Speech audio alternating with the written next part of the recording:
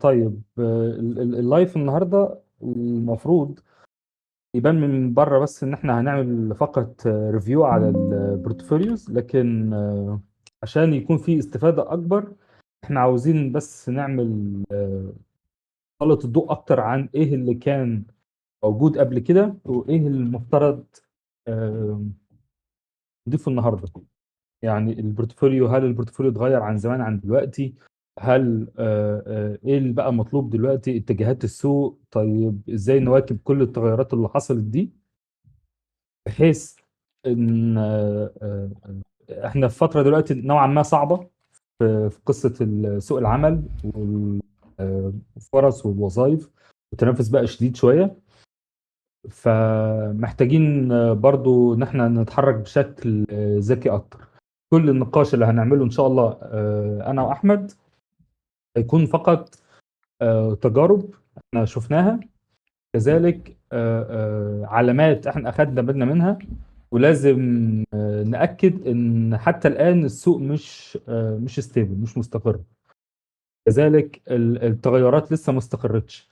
مفيش حد يقدر يقول مثلا كلام طاهر ده هو ده الصح 100%، لان ممكن بكره او بعده الكلام يتغير تماما 180 درجه. ولكن احنا بنجتهد ونشوف ايه احسن او ايه افضل الممارسات اللي احنا اخدنا بالنا منها او اللي نفذناها واللي جابت نتيجة فعلا وسط التغيرات اللي حاصلة دلوقتي. عشان كده انا شايف ان زي ما هيكون في بورتفوليو ريفيو، هيكون في كمان نقاش نتكلم فيه انا واحمد بخصوص البورتفوليو، ايه الحاجات اللي احنا محتاجين ان احنا نركز عليها اكتر. تمام. بس كده. انا حابب يا طاهر بس وانا عيني على برضو الكومنتات برضه. حابب ان احنا اه، نعرف اتفضل. نفسنا بشكل سريع، بس برضو عشان الناس لو حد صحيح. مش عارفنا فيبقى برضو عارف هو بيسمع لمين. ونكمل كلام بقى على طول، فانت عرف نفسك وبعد كده هعرف نفسي ان شاء الله. تمام، انا طاهر مصطفى، سينيور موشن ديزاينر، شغال في المجال تقريبا من 2018. يعني انا الحمد لله من مسيرتي المهنيه حاجه كويسه ان انا طول الوقت كنت شغال فول تايم وفريلانس مع بعض. بدات الحمد لله من الصعيد، يعني من تحت خالص لحد ما وصلت الحمد لله لشركات أجنبية، شركات عالمية، شركات كويسة، شركات متوسطة، شركات صغيرة. كل ده اللي خلاني أشوف زوايا السوق من أكتر من اتجاه. وكان ليا برضو تجارب في التدريب، خصوصا في الصعيد 1500 طالب تقريبا، و ان شاء الله. ومنتورشيب لبعض الجهات بس مش أكتر يعني. المفروض يا طاهر تعمل كتاب رحلتي من الصعيد الى الرياض. ده كده كده. كده كده. ربنا يوفقك يا رب.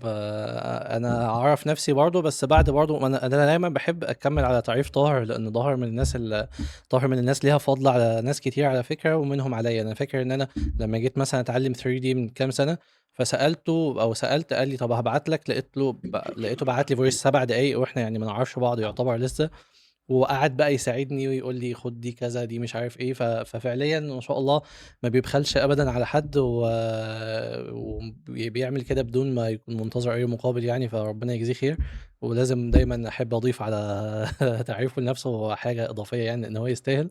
انا احمد صقر، دخلت مجال الموشن ديزاين تقريبا من اخر 2019. بدات اذاكر 2020، بدات ان انا اعمل حاجات على اليوتيوب، كده اجرب فيها شغل، حاجات مش تعليميه يعني، حاجات توعويه وكده. بس بدات اطبق فيها موضوع الموشن ده، وبدات ان انا اشتغل فريلانس. وبعد كده اشتغلت مع الاي تي اي فتره بجانب الفريلانس برضه. بعد كده اشتغلت مع تطبيق جيل. طبعا احنا كده كده مجالنا الفريلانس ده ماشي جنب جنب اي شغل الواحد بيشتغله يعني. فاشتغلت برضه حوالي سنه وتقريبا سنه مع تطبيق جيل. كده اشتغلت مع اكتر من ايجنسي، ممكن ابرزها يعني ذا بورد ممبرز، فيها ناس شاطره زي علي نجيب وكذا حد اتعلمت منهم كتير. ومن خلال الوقت ده وقبله برضه بشويه بدات اعرف اكتر في حته الموشن براندنج يعني. وبعدين اشتغلت مع اماكن تانية، وحاليا مركز فتره على الفريلانس لحد ما الاقي حاجه مناسبه اكتر بالنسبه لي. ده بشكل عام. برضه احب اضيف على بقى الكلام اللي طاهر قاله، إن إحنا هنا مش جايين نكلّمكم من فوق ومن نظرة عُليا. لأ ده بالعكس هو السوق فعلًا بيتغيّر، ودي نقطة لازم تبقوا فاهمينها، وتبقى يعني زي ما كان محمد صلاح بيقول إحنا عندنا مشكلة في الmindset. فإحنا مش الموضوع إن إحنا مش بنوجّه ومش بنقول إحنا لازم يعمل كده، لإن ممكن واحد وده اللي بيحصل للأسف يقول لك أنا جرّبت كذا وهي دي الطريقة الوحيدة اللي ممكن تعمل بيها إيه. طب ليه إيه اللي يثبت عشان أنا عملت كده ونجحت معايا؟ من فترة كده لقيت حد وحد أنا باحبه يعني وباحترمه، بس هو كان كتب برضه حاجة عن موضوع إيه، الطريقة اللي أنتم بتنزّلوا بيها الحاجات عشان ييجي لكم شغل مع LinkedIn ومش عارف إيه، دي ما بتجيبش شغل، ودي الطريقة أصلًا اللي كانت بتجيب لي على طول شغل. يعني أنا جالي شغل كتير من LinkedIn سواء شغل ثابت، وأنا من الناس يعني كسولة شوية في موضوع التدوير. يعني مش باقعد يعني ممكن طاهر يكون نشيط شوية في موضوع التدوير، لكن أنا ممكن بابقى كسول شوية، باقعد أنزّل وأعمل لحد ما ألاقي حد داخل يكلمني، وكذا مرّة الموضوع ده يجيب لي الحمد لله شغل أو كده. فما فيش حاجة ثابتة، إحنا بنفكّر مع بعض لإن هو في الآخر الشخص اللي بيعيّن أو الشخص صاحب شركة أو الشخص اللي بيبقى عضو في فريق إبداعي في شركةٍ ما، هو في الآخر بشر، فإيه اللي يخلّيه يشدّه للشغل بتاعك وهكذا. فهي دي النقطة اللي إحنا هنتكلّم عنها بشكل كده مش هنطوّل فيها أوي عشان وقت الناس، لإن هي الأساسيات النظرية أو الكلام زي ما بيقولوا المجمّع أو إن إحنا نفهم الدنيا ماشية إزاي، دي لا تقل أهمية عن إن إحنا نيجي عند شغل الtechnical ونقول أنت يا أحمد محتاج تطوّر نَفْسك في الحتّة الفلانية، وأنت يا علي محتاج تضبّط الحتّة الفلانية، وأنتِ يا إسراء مش عارف إيه وهكذا. بس ده كده بشكل مبدئي. فممكن يا طاهر تاخد بقى طرف الخيط برضه وتكمّل في النقطة اللي أنت كنت بدأت فيها بتاعة الفرق ما بين الportfolio القديم والجديد، بناءً حتى على الاجتهادات والتجارب اللي حصلت معانا وسمّعت معانا بشكل إزاي. تمام جدا. طيب مبدئيا هي الفكرة مش التغير اللي حصل ما بين البورتفوليو القديم والجديد بحيث ان هو كان في فصل تام، وعلى قد ما هو بس ابديت مش اكتر. بمعنى ان دلوقتي وسط المنافسة الشديدة اللي حاصلة دلوقتي، وسط توقعات السوق، وسط كمان نقدر نقول محدودية الفرص أو كثرة الفرص، ده بيأثر بشكل كبير على عرض البورتفوليو. بمعنى لو جينا دلوقتي رجعنا لأي فترة من فترات الترند اللي حصلت الفترة اللي فاتت، سواء في الريلز أو سواء في الجي اي او الان اف سي، لو تفتكروا كان في فترة كده طلعت في الان اف سي وطريقة عرض البورتفوليو وهكذا. هي الفكره بس هي الناس بتدور على ايه وانت بتعرف تلقطه. احنا بقى البورتفوليو الجديد واللي احنا عاوزين نتكلم عنه هي المرونه وسط التغيرات الكتيره دي. كان في ترند طلع من فتره اللي هو اللي نقدر نقول عليه اللي هو الان اف سي، وكان كميه ديزاين انت ممكن تطلعها وتعملها بقى بالكريبتو تشين او ايا يكن، وبعد كده تقدر تبيعه برقم ضخم جدا. او بالمناسبه هو ده اللي كان اخد ناس كتير جدا متوقعين ان السوق ده رايح اتجاهه، ان احنا كنا رايحين للبلوك تشين اكتر. كانت طفرة لحد ما ساعتها طلعنا فعلًا. الاي اي طبعا. كانت طفرة كبيرة وفي ناس يعني كسبت ملايين منها يعني، بس مرّة واحدة حقيقي انهارت. حقيقي. إمم. خلاص هو عشان هو متغير جدا ونقدر نقول عليه ترند اكتر. بس برضه ما نقدرش ننكر ان عدد كبير جدا وخصوصا عمالقه المجال على مستوى العالم كانوا شايفين ان هو ده التوجه، ده المستقبل اصلا. صح. وجي الاي اي غير قواعد اللعبه تماما. بس فحتى عرض الناس للبورتفوليو والناس كانت بتسمي نفسهم التايتل الفلاني الان اف سي ارتست مش عارف ايه الحاجات دي كلها كانت بدات تتغير. طيب ايه ايه الشيء المشترك ما بين كل ترند والتاني؟ مفيش قواعد ثابته على قد ما هي مرونه. بس فاللي احنا محتاجين نتكلم عنه ان احنا ايه الحاجات اللي نقدر نخلينا مثلا نبقى مرن اكتر، وايه الحاجات اللي لسه الناس بتبص عليها حتى بعد كل الترند اللي حصلت الفترة اللي فاتت. بس هو ده اللي انا شايفه محتاجين نتكلم عنه، وده اللي هيودينا اكتر للبورتفوليو الجديد. هل نقدر نكون مرنين اكتر وازاي؟ وده ان شاء الله نتكلم فيه مع صقر. الجزء الثاني اللي هو ايه الحاجه اللي لسه الناس بتثق فيها بعد كل التغيرات دي مع الاي اي مع الريلز مع كذا، ايه اللي لسه الناس لسه لما بتبص عليها لسه بتنبهر ولسه بتثق في الشخص الفنان اللي عمل الشغل ده. بس كده. طيب تمام جدًا.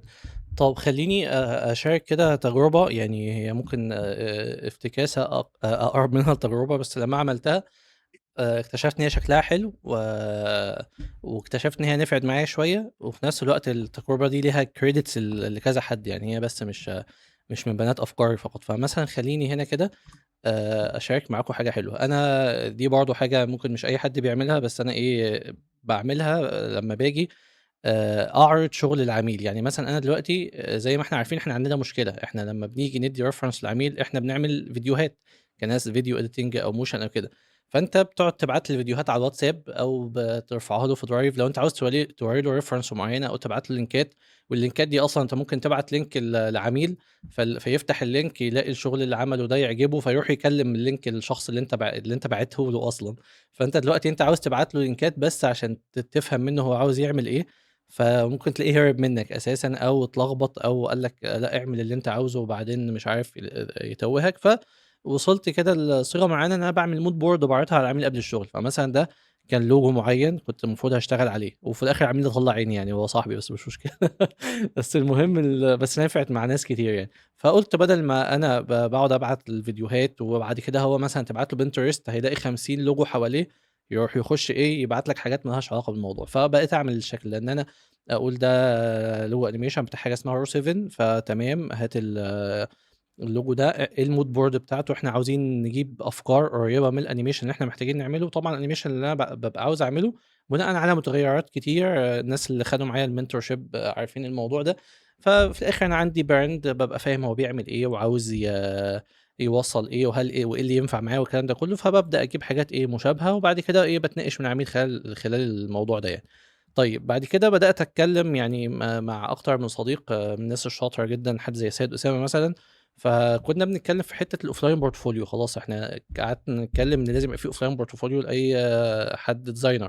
بس أنا مش 2D، مش حاجة static، فدي مشكلة عندي. فقعدنا نفكّر، قُلت له: "طَب ما أنا ممكن أعمل حاجة زي كده." قال لي: "آه، حاجة زي كده ممكن تبقى حلوة." فبدأت إن أنا نوصل بقى لإن إحنا نعمل حاجة شبه دي، إن أنا أعمل portfolio عادي يبقى online. الportfolio ده باحُط فيه يبقى شكله حلو والتصميم بتاعه حلو عشان ده واجهة ليّا، زي أي حد graphic designer بيعمل portfolio online بيبقى PDF أو حاجة. أحُط فيه أنا أحُط فيه أنا اشتغلت فين، أحُط فيه الأماكن اللي اشتغلت فيها. فاللي بياخد حاجة زي كده بيشوفها بمنتهى البساطة بيبدأ يتنقل بشكل لذيذ ولطيف ما بين ما بين الشغل اللي أنا عملته، ما بين الCV بتاعي، كل ده موجود في مكان واحد. فيقول ده اشتغل مع سُبُل، اشتغل مع الريد السعودي، اشتغل مع قناة فاهم، اشتغل مع إيوث، اشتغل مع وي، اشتغل مع جيل وهكذا مع البنك المركزي السعودي. فيبدأ إن هو يلقط إن الشخص ده موجود فين. طبعًا في مثلًا حاجة زي كده ممكن حد مجمّع تجميعة بتبقى أحسن من كده كمان. يعني ممكن حد بيبقى كل الحاجات دي وزارات وهيئات وبتاع وحاجات أكبر من كده. في حد ممكن يبقى مستواه أقل من كده، بس مش هتفرق في الآخر. أنت بتحُط أحسن أماكن اشتغلت فيها، بتحُط إن ده أنا مقسّمه عندي logo animation، عندي explainer video، عندي branding، عندي case story عشان الفترة اللي اشتغلت فيها في جيل، عندي شغل ساس وهكذا. الميزة في الportfolio بالشكل ده إيه، الميزة في Google slide ده الportfolio طبعًا ده معمول على معمول على Google slide. الميزة فيه إن هو بيتحط عليه صور، وزي ما إحنا عارفين إن الGIF دي بتبقى صور. فبالتالي أنا سلّمته حاجة offline أقدر أرفع عليها شغل أنا مش قادر أرفعه في مكان تاني. زي ما إحنا عارفين أنا عامل شغل مش هينفع يترفع، بس ممكن أرفعه في حاجة زي كده. فقدرت إن أنا أرفع شغل سواء أنا عاوز أظهره أو شغل المفروض مش بينزل، فبابدأ إن أنا أقدر أرفعه في حاجة زي دي. فاهمين الفكرة في إيه؟ فدي حاجة وصلت ليها. طب هل دي جابت نتيجة معايا؟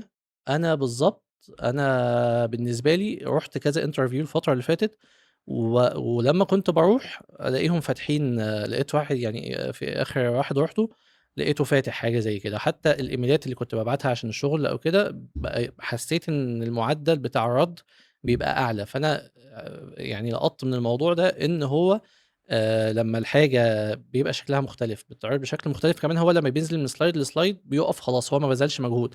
أنا نزلت من هنا لهنا بذلت مجهود، غير لمّا آجي مثلًا أفتح البيهانس، وإن كان البيهانس طبعًا مش وِحِش خالص وبابعده عادي مع الإيميل والكلام ده كلّه. بس لمّا ييجي يفتح البيهانس وييجي يخش عندي مثلًا، فهو في الproject ده، لو هو في الproject ده هيفضل يقلب في البروجكت لحد مش عارف ايه، بعد كده يخرج، بعد كده يخش على بروجكت تاني وهكذا. لكن هنا هو فعلا بيتقلب بسهوله جدا. ودي نقطه مهمه واغلبنا عارفينها، ان اللي بيجي يشوف الشغل هو بيشوف شغلك، بيشوف شغل 20 30 50 100 واحد غيرك. تمام. فانت كده بالنسبه له بشكل بسيط بدا ان هو ايه، يقلب يقول اه دي شفت حاجه شبه قبل كده، ماشي اقلبها اسرع، دي مش عارف ايه وهكذا. فدي نقطة من الأفكار. ما باقولش إن هو ده جزم إن ده البورتفوليو الحلو اللي ما فيش زيه، بس أنا باتكلم عن process خدتها وسمّعت معايا إزاي. فدي الفكرة حلوة، ولمّا تيجي تقيسها هتلاقيها لطيفة. وطبعًا في أفكار تانية ممكن الواحد يبقى عنده web site، يبقى عنده حاجة، بس إحنا بنحاول إيه، نشوف الأفكار المختلفة. كنت باتكلم مع طاهر وكان بيكلمني، كنا بنتكلم قبل المحاضرة، إن دايمًا العميل لمّا بييجي أو الHR أو الشخص اللي بيوظّف، كل الشغل بيهنس، بيهنس، بيهنس. فلمّا ييجي يلاقي واحد رافع شغله على web site، يعني زي كان في أحمد عزام، مش عارف هو موجود معانا والّا لأ، من الناس المحترمة حبايبنا يعني. عامل مثلًا إيه، web site هنا ورافع عليه الشغل بتاعه. كان عندي ملاحظات يعني لمّا ييجي وقتها نتكلم فيها، بس هو في الآخر لمّا آجي ألاقي واحد رافع web site غالبًا هاقف عنده أكتر. لمّا آجي ألاقي مثلًا في ساعات ناس بتعمل بcanva أو حاجة، لو معمول وشكله حلو فهتلاقيني وقفت عنده شوية. فاهمين الفكرة في إيه؟ بس هي دي النقطة اللي أنا كنت عاوز أوضحها. طب أنا هنا برضه إزاي يعني، عشان برضه في ناس بتقول طب إيه الخطوات اللي أنت عملتها؟ الموضوع بمنتهى البساطة. بيبقى عندك يعني خلينا نيجي نفتح مثلًا أول واحدة، حاجة زي كده slide عادي بتعمله على الفوتوشوب، وتحط الصورة إيه، كصورة زي ما أنتم شايفين، هي صورة عادية باحطها كصورة. ده نفس الكلام، ده نفس الكلام، ده نفس الكلام عادي. باجي بقى عند حاجة زي كده، دي بتبقى الصورة لوحدها، يعني لو جبت ده كده على جنب، هالاقي إن دي مطلعها من الفوتوشوب عادي. تمام. هنا بس بابقى كاتب الclient الagency كانت إيه، ده freelance، الclient كان مين، كان فاهم بودكاست، المكان Egypt. تمام. وبعد كده إيه، باحط الحاجة باصدّرها GIF أو باصدّرها MP4 وباحولها لGIF من موقع زي GIF convert بتاع Adobe، وباحط وبارتب، بابقى مخطط بس أنا هاعمل إيه، وبابدأ إن أنا إيه، أحط الحاجات بالشكل ده. حتى هو من هنا ممكن يقلِّب يقول أنا إيه ده، أنا عاوز أشوفه، إيه ده، ينزل كده يقول ده الشغل ده اللي هو زي المونتاج العقاري والtracking، ده هنا معمول حلو، ده هنا معمول حلو. فيبدأ إن هو يلقط بشكل سريع هنا مثلًا حاجات AI وهكذا. في ميزة كمان إضافية في الportfolio بالشكل ده. أنا ممكن أبعته لواحد، يعني أنا لو واحد كان بيشوفه دلوقتي فهيلاقي البتاعة دي أصلًا اتحركت، ليه؟ لأن هو online. فأنا لو جيت قدّام، لو جيت بعتّ شغل لحد دلوقتي وهو ما شافوش دلوقتي، وجه مثلًا بعد سنة يشوف الarchive، هيلاقيني عملت update لنفس الlink ده. فممكن أحط شغل أعلى، فبالتالي هيبقى إيه، هيبقى معاه الحاجة معمول لها update وآخر مستوى أنا وصلت له، من غير ما أنا أبعت له تاني، لأن هو في الآخر بيخش على الlink والlink ثابت، واللي بيتغيّر بس الشغل اللي أنا باعمله جواه. أنا مش عاوز أطوّل عن كده في النقطة دي، لأن إحنا لسه ورانا portfolios كتير هنتكلم فيها، بالإضافة لطاهر برضه أكيد عنده إضافة أو حاجة. بس يعني أتمنى النقطة دي تكون واضحة. يا ريت طاهر، اتفضل يا طاهر كمّل كلام. أنا يعني عاوزين ناخد ملاحظاتك برضه قبل ما نخش في مراجعة الportfolios للناس، أو لو في حاجة تانية هنعملها. هو شكرا يا احمد بصراحه، يعني تقريبا خلصت نص اللي احنا كنا هنقوله في اللايف. الله يكرمك يا صديقي. ولكن هو ده اللي احنا كنا بنحكي عليه، اللي هو ايه، البورتفوليو القديم والجديد اللي احنا بنقول عليه اللي هو المرونه. صح. وكنا لسه بنقول كمان ايه الحاجات اللي ما اتغيرتش وهكذا، هي المرونه.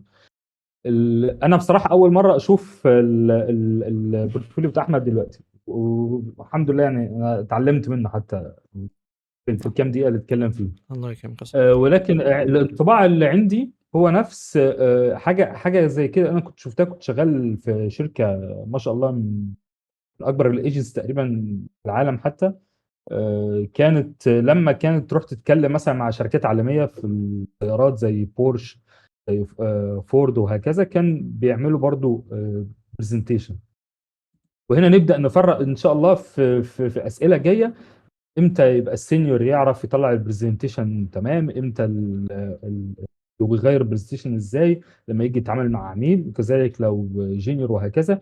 ولكن انا عارف ان الحاجه دي ممكن تكون جديده شويه، وعلى بعض الناس قديمه، يعني كان في جرافيك ديزاينر بيعملوا الشغل ده. لكن بالنسبه للموشن جرافيكس فهي مهمه. بتختلف بس بالنسبه للاوفلاين للاونلاين. الاونلاين ممكن ترفع حتى فيديوهات وهكذا. في جزء برضه، جزء حلو جدا قاله احمد، خصوصا الشركات اللي اشتغل معاها. دي نفس الكلام مع حد سينيور مثلا، يعني مثلا حد سينيور يعني عنده شغل كتير جدا، عنده مكتبه. طيب وعندي شركات كتيره جدا. طيب انا راح اتكلم انهي شركه، ايجنسي ولا راح اتكلم على شركه مثلا عقارات في السعوديه مثلا او في الخليج؟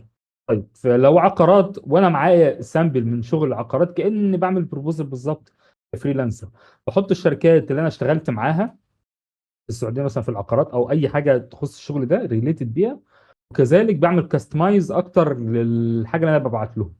ليه؟ لان ممكن يكون مثلا البورتفوليو عندك فيه 20 شغل مثلا. طيب صح. ال 20 إمم. انا هو مش هيقدر يدخل يتفرج عليهم كلهم، هو ممكن يبقى مهتم بحاجات، وده جزء مش شرط يبقى لازم الكل يعمل ده، ولكن هي بتختلف على حسب الليفل. وكذلك تقدر توري له ايه، ما تقدرش توري له ايه. المرونه هنا فين برضو؟ المرونه برضو انك انت حتى لو خليته اونلاين ممكن تعمل لينك ما بين إن لو انت عاوز تشوف اي شغل من دول ده تدخل على بيهانس. فميزه بيهانس هنا انك انت تقدر تعمل بريك داون كامل بقى، بريك داون الشغل ده تم ازاي، برزنتيشن كامل وهكذا، يقدر هو بالضبط. يفصل لو حب. هو أصلًا فبالتالي يعني ممكن البورتفوليو هنا واحد يا طاهر ياخد اللي أنا قُلته ده ويطلّع منّه حاجة أحسن، وهو أصلًا دي طبيعة السوق، في إن أنت مرونه ممكن بالظبط تشوف كده. حاجة تقول يعني ممكن حد من الناس اللي حضر يشوف يقول دي فكرة حلوة جدًا، ياخدها يروح مطبّقها بشكل أحسن. وكمان أنت فعلًا أوحيت لي بحاجة أنا كنت عاوز أعملها ونسيتها، بس أنت فكّرتني بيها تاني، إن بعد ما الواحد يقفّل البورتفوليو بتاعه بالشكل ده، يعمل منّه duplicate 3، 4 نسخ، نسخة زي ما أنت بتقول يبقى الmotion والbranding فيها في الأول، نسخة تانية يبقى الحاجات الشغل الAI بتاع فيها في الأول. كل اللي أنا هاعمله إن أنا بارتّب الslide بس، أرفع ده فوق أنزّل ده تحت، بحيث إن أنا بابعت لده عاوز كذا هارفعه لفوق، لإن إحنا كتير أوي بيبقى حد motion يقول لك إحنا لازم يبقى motion بس إحنا عاوزينه video editor، فأرفع الحاجات بتاعة الvideo editing فوق وتحتيها الmotion. بالظبط بالظبط إمم. كده، خصوصا كمان ان نفس اللينك انت لو حبيت تعدل، انا طبعا ده غشيته منك طبعا. لو حبيت تعدل مثلا في الديزاين، تعدل في حاجه، تحدث حاجه معينه في شغل جديد انت عملته فحبيت تعمل له ابديت، فهو نفس اللينك اللي انت شيرته مع العميل ده لو بعد سنه دخل على نفس اللينك هيلاقيه ابديتد اصلا. بالضبط، بس ودي بالضبط دي كده. حاجه كويسه جدا. إمم.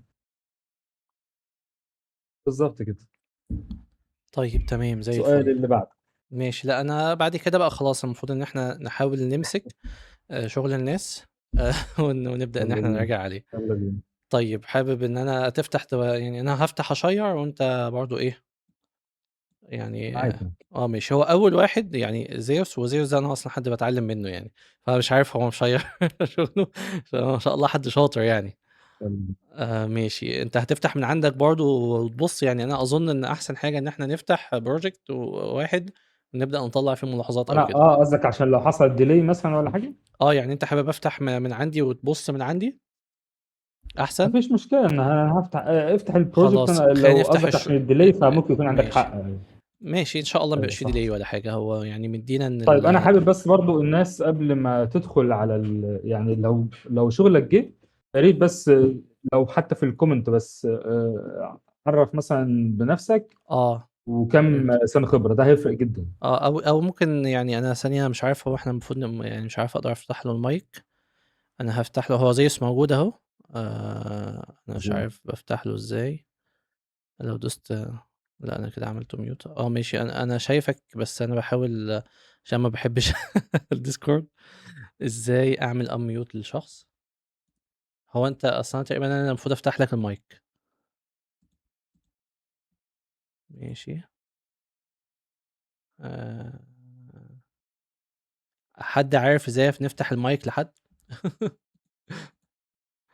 خلاص يعني احنا مع بعضينا. أو ممكن يكتب بقى، بس لأ آه، أصل أنا عارف إن إحنا نقدر نفتح المايك، اللي هو عشان بيعمل request ماشي، بس ما أعرفش ظهر فين يا زيوس والله. إن شاء الله ربنا هينصرنا وهنعرف. أنا باحاول أشوف أي علامة.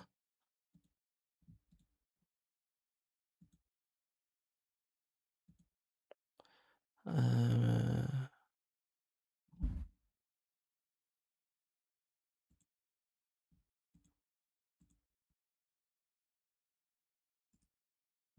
ما فيش حد هنا ديسكوردي؟ آآ مش حد ما كود أنا بادوس ديسكوردر. بادوس كليك يمين في حاجة اسمها mute. يعني أنا مش عاوز أعمل mute، أنا عاوز أعمل unmute. آآ ماشي.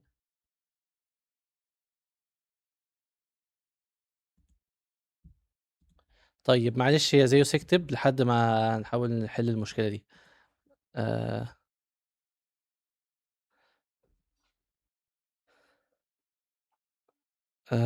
طب معلش يا طاهر، راجع كده بص على الحاجة. هو زيوس يعني أنا مبدئيا معاك. من الناس اللي خبرتها كبيرة وشغله يعني ما شاء الله، انت هتشوف يعني. خلينا نفتح ده كده مع بعض ونشوف.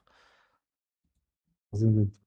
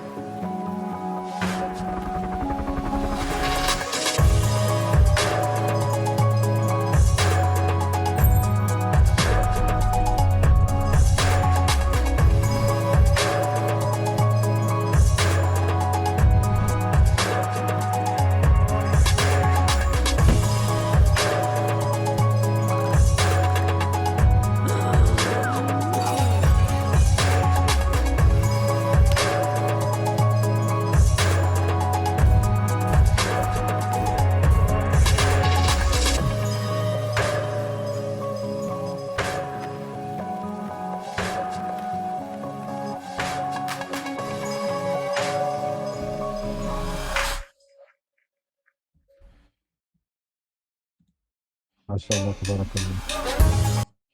تمام. هو انا عامة برضو عملت لك انفايت تو سبيك، لقيتها. مش عارف جات لك ولا لا يا زيوس.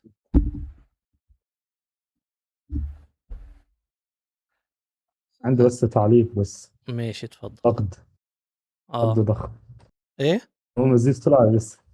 مش سامع. لسه طيب. بتقول لا لا، ايه؟ بقول عندي نقد كبير جدا بس مستني زيوس يطلع بس. ما... والله عملت لك انفايت تو سبيك، اهو انفايت تو سبيك. ما ظهرتش برضو. مش مشكلة. طب خلاص مش مشكلة، يعني احنا شوفنا الحاجة. طب خلاص معلش بقى. خلاص معلش فعلا. طيب طيب، اتفضل. هو ما شاء الله الشغل جميل جدا. كمان انا شيء، انا اعرف افتكر يعني لو زيس هو اللي في دماغي انا اعرفه تقريبا زمن، تقريبا من قبل 2020.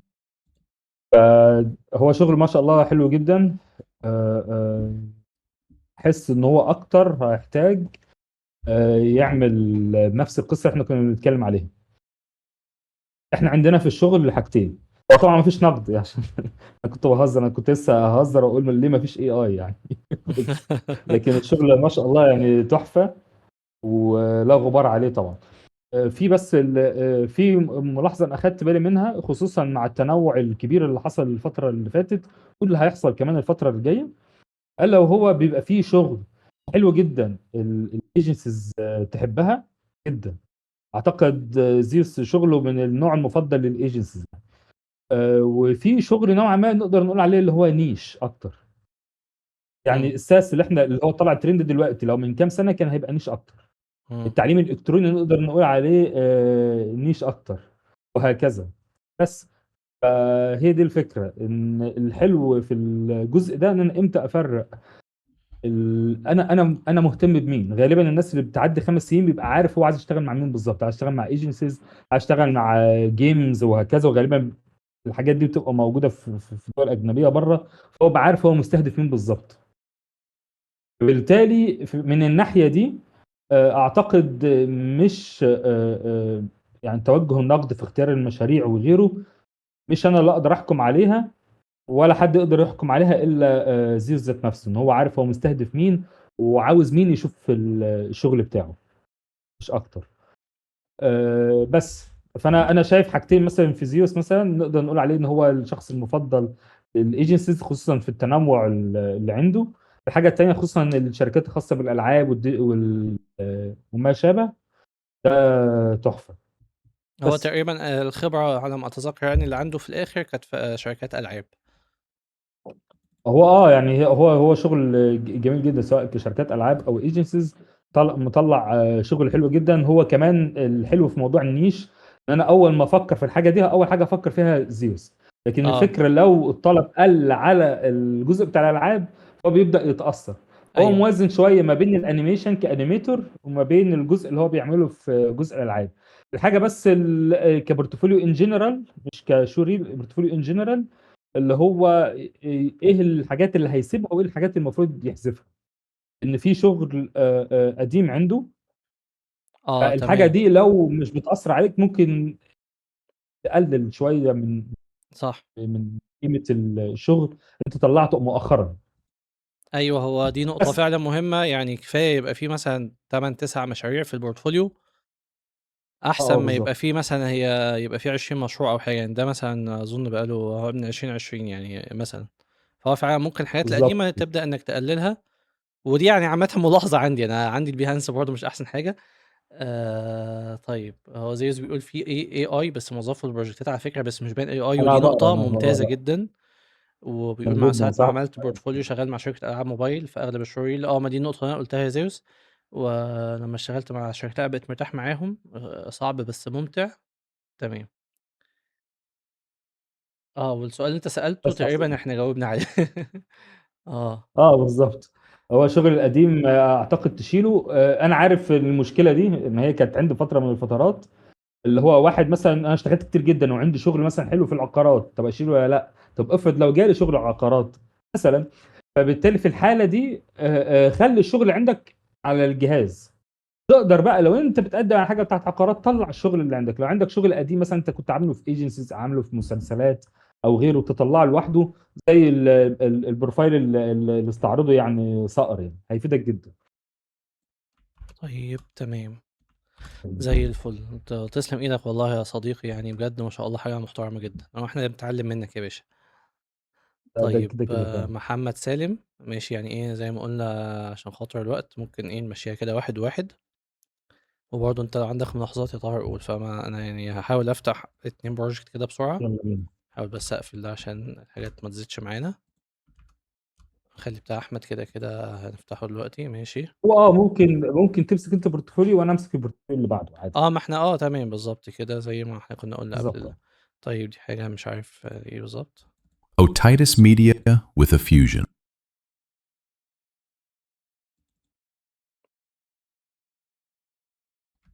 بس Did you know there is a type of ear infection without pain? It's called otitis media with effusion, also known as glue ear. It is simply fluid trapped behind the eardrum with no germ. تمام. هو ده يعني إيه الفكرة فيه باينة، تقريبًا الstyle كلّه زي بعضه. خلّيني برضه أبُص عشان أنا حاسس إن ده motion أكتر، وهنتكلم على الاتنين. No matter where you are in the world, what city you live in, information can be accessed anywhere. That's why we built smartcity.io. Stay connected wherever you are. تمام. طيب بُص يا محمد، أنت موجود الأول والّا لأ؟ لو موجود ارفع إيدك، لو مش موجود تمام مش مشكلة. أنا مش شايف محمد. لأ، محمد غالبًا مش موجود، إلا لو مسمي نفسه اسم مختلف. طيب محمد غالبًا مش موجود، فخلّيني هاتكلم وإن شاء الله أنا باسجل يعني وأظن باسجل، باسجل الحمد لله. فإن شاء الله نحاول نرفعها أو حاجة على Mentorship أو Motion Wizard. طيب دلوقتي خلّيني أبُص كده بصّة سريعة. هو ده How is it كويس مثلًا، يعني ده لطيف بالنسبة للنوع ده من المحتوى. أنا يعني بابقى عارف العميل غالبًا عاوز حاجة زي كده. فبشكل عام هو حلو. أنا بس يعني إيه باحس المشاهد بس كبيرة شوية واكلة الشاشة.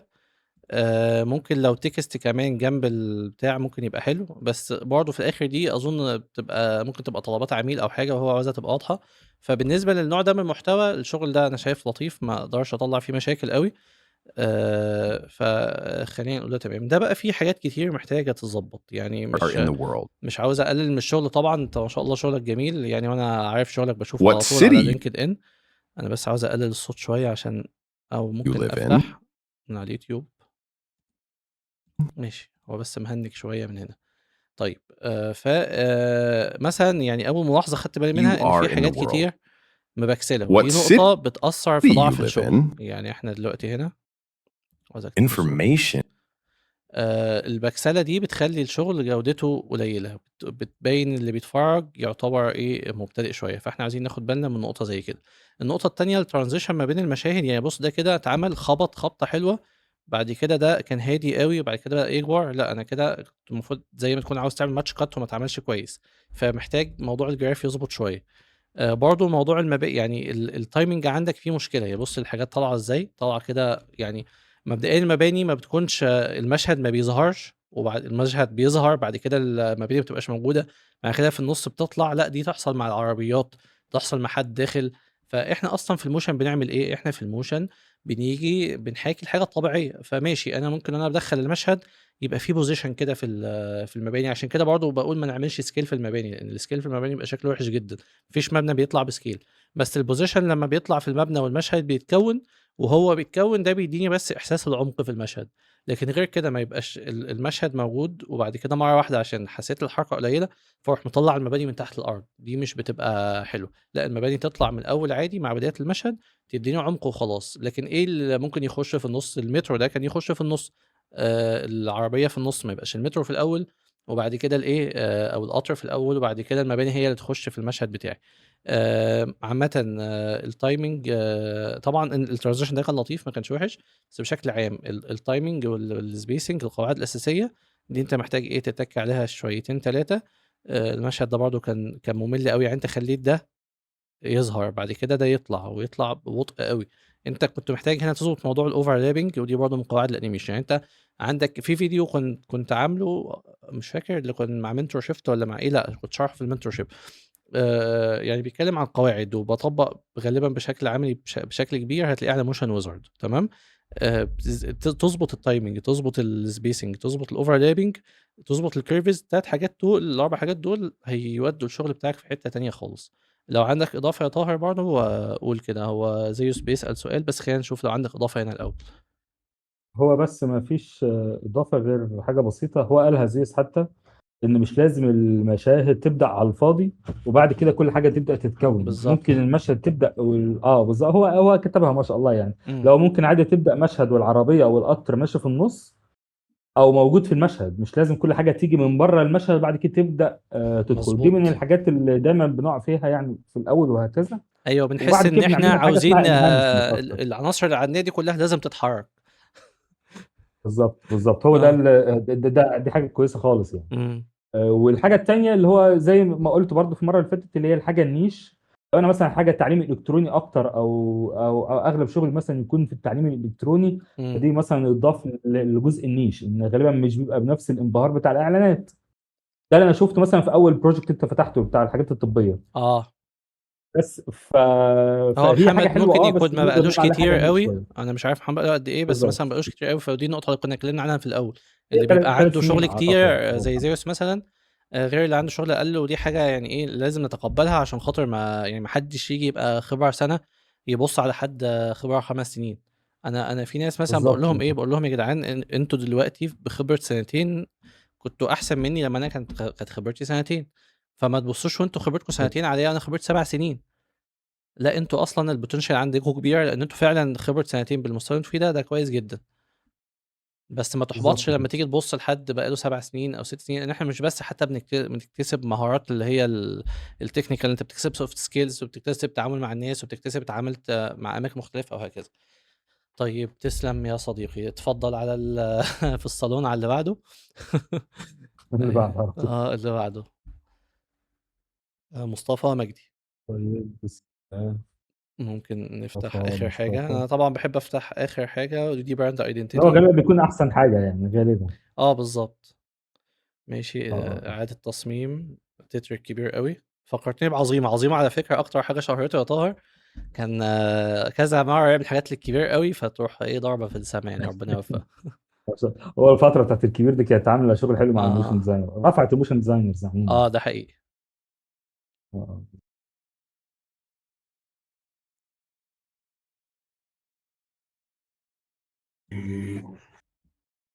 هشغلها تاني عشان هي أصلا صغيرة أنا معاك. الكبير هو انا سامعك. الكبير. فلوس وسلاح وسطوة وجيش 3000 غفير، أقوى 100 مرة من الدب وصوتي صوت زئير، شموخ الصقر في السما ذكاء ثعلب مكير، اخلط كل ده كوكتيل يطلع لك الكبير. كوكتيل خطير، كوكتيل خطير.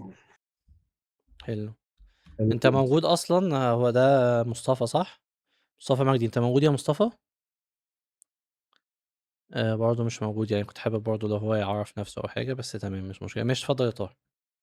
لا جميل. انا بقلب برضه في كام فيديو تاني، اللي هو انا عجبني الفيديو رقم 3. رافع ايده. معلش ثانيه واحده. طيب. invite to كويس speak. عظيم. عملت لك invite to speak يا مصطفى، ظهرت ولا ما ظهرتش برضه؟ انا رايي هو في ظهرت اهي. شوريل ماشي هو عمله ماشي. تقريبا. انا بشوف الشوريل عامه دلوقتي. طيب طب ماشي شوف. انا عملت لك invite to speak يا مصطفى، فانت المفروض تقبل، يعني هيطلع لك علامه حمراء في جنب من الجناب كده.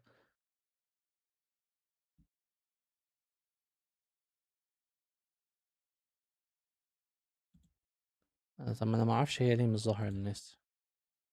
هو تقريبا مش احنا اللي معانا لا هو البرميشن. السيد كان خلاني ادمن، وكمان هي ظاهره لي، يعني اهي بص ادي اهو. خلاك ادمن من غير برميشن.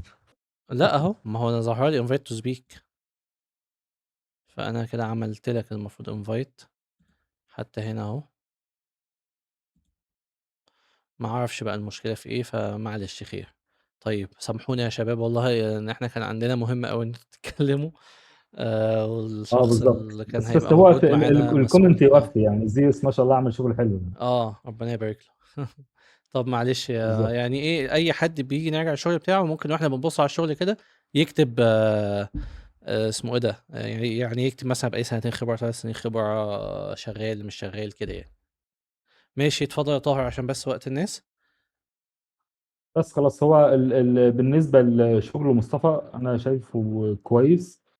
محتاج بس انت برضو فتحت يفلتر الشريل بين ده افضل شغل عنده. اه هو ده الشغل اللي انا فتحته بصراحه، اللي انا اخدت منه الخلاصه يعني. انا ما خدتش انا بالي محتاج بس ان هو اه شغل جميل.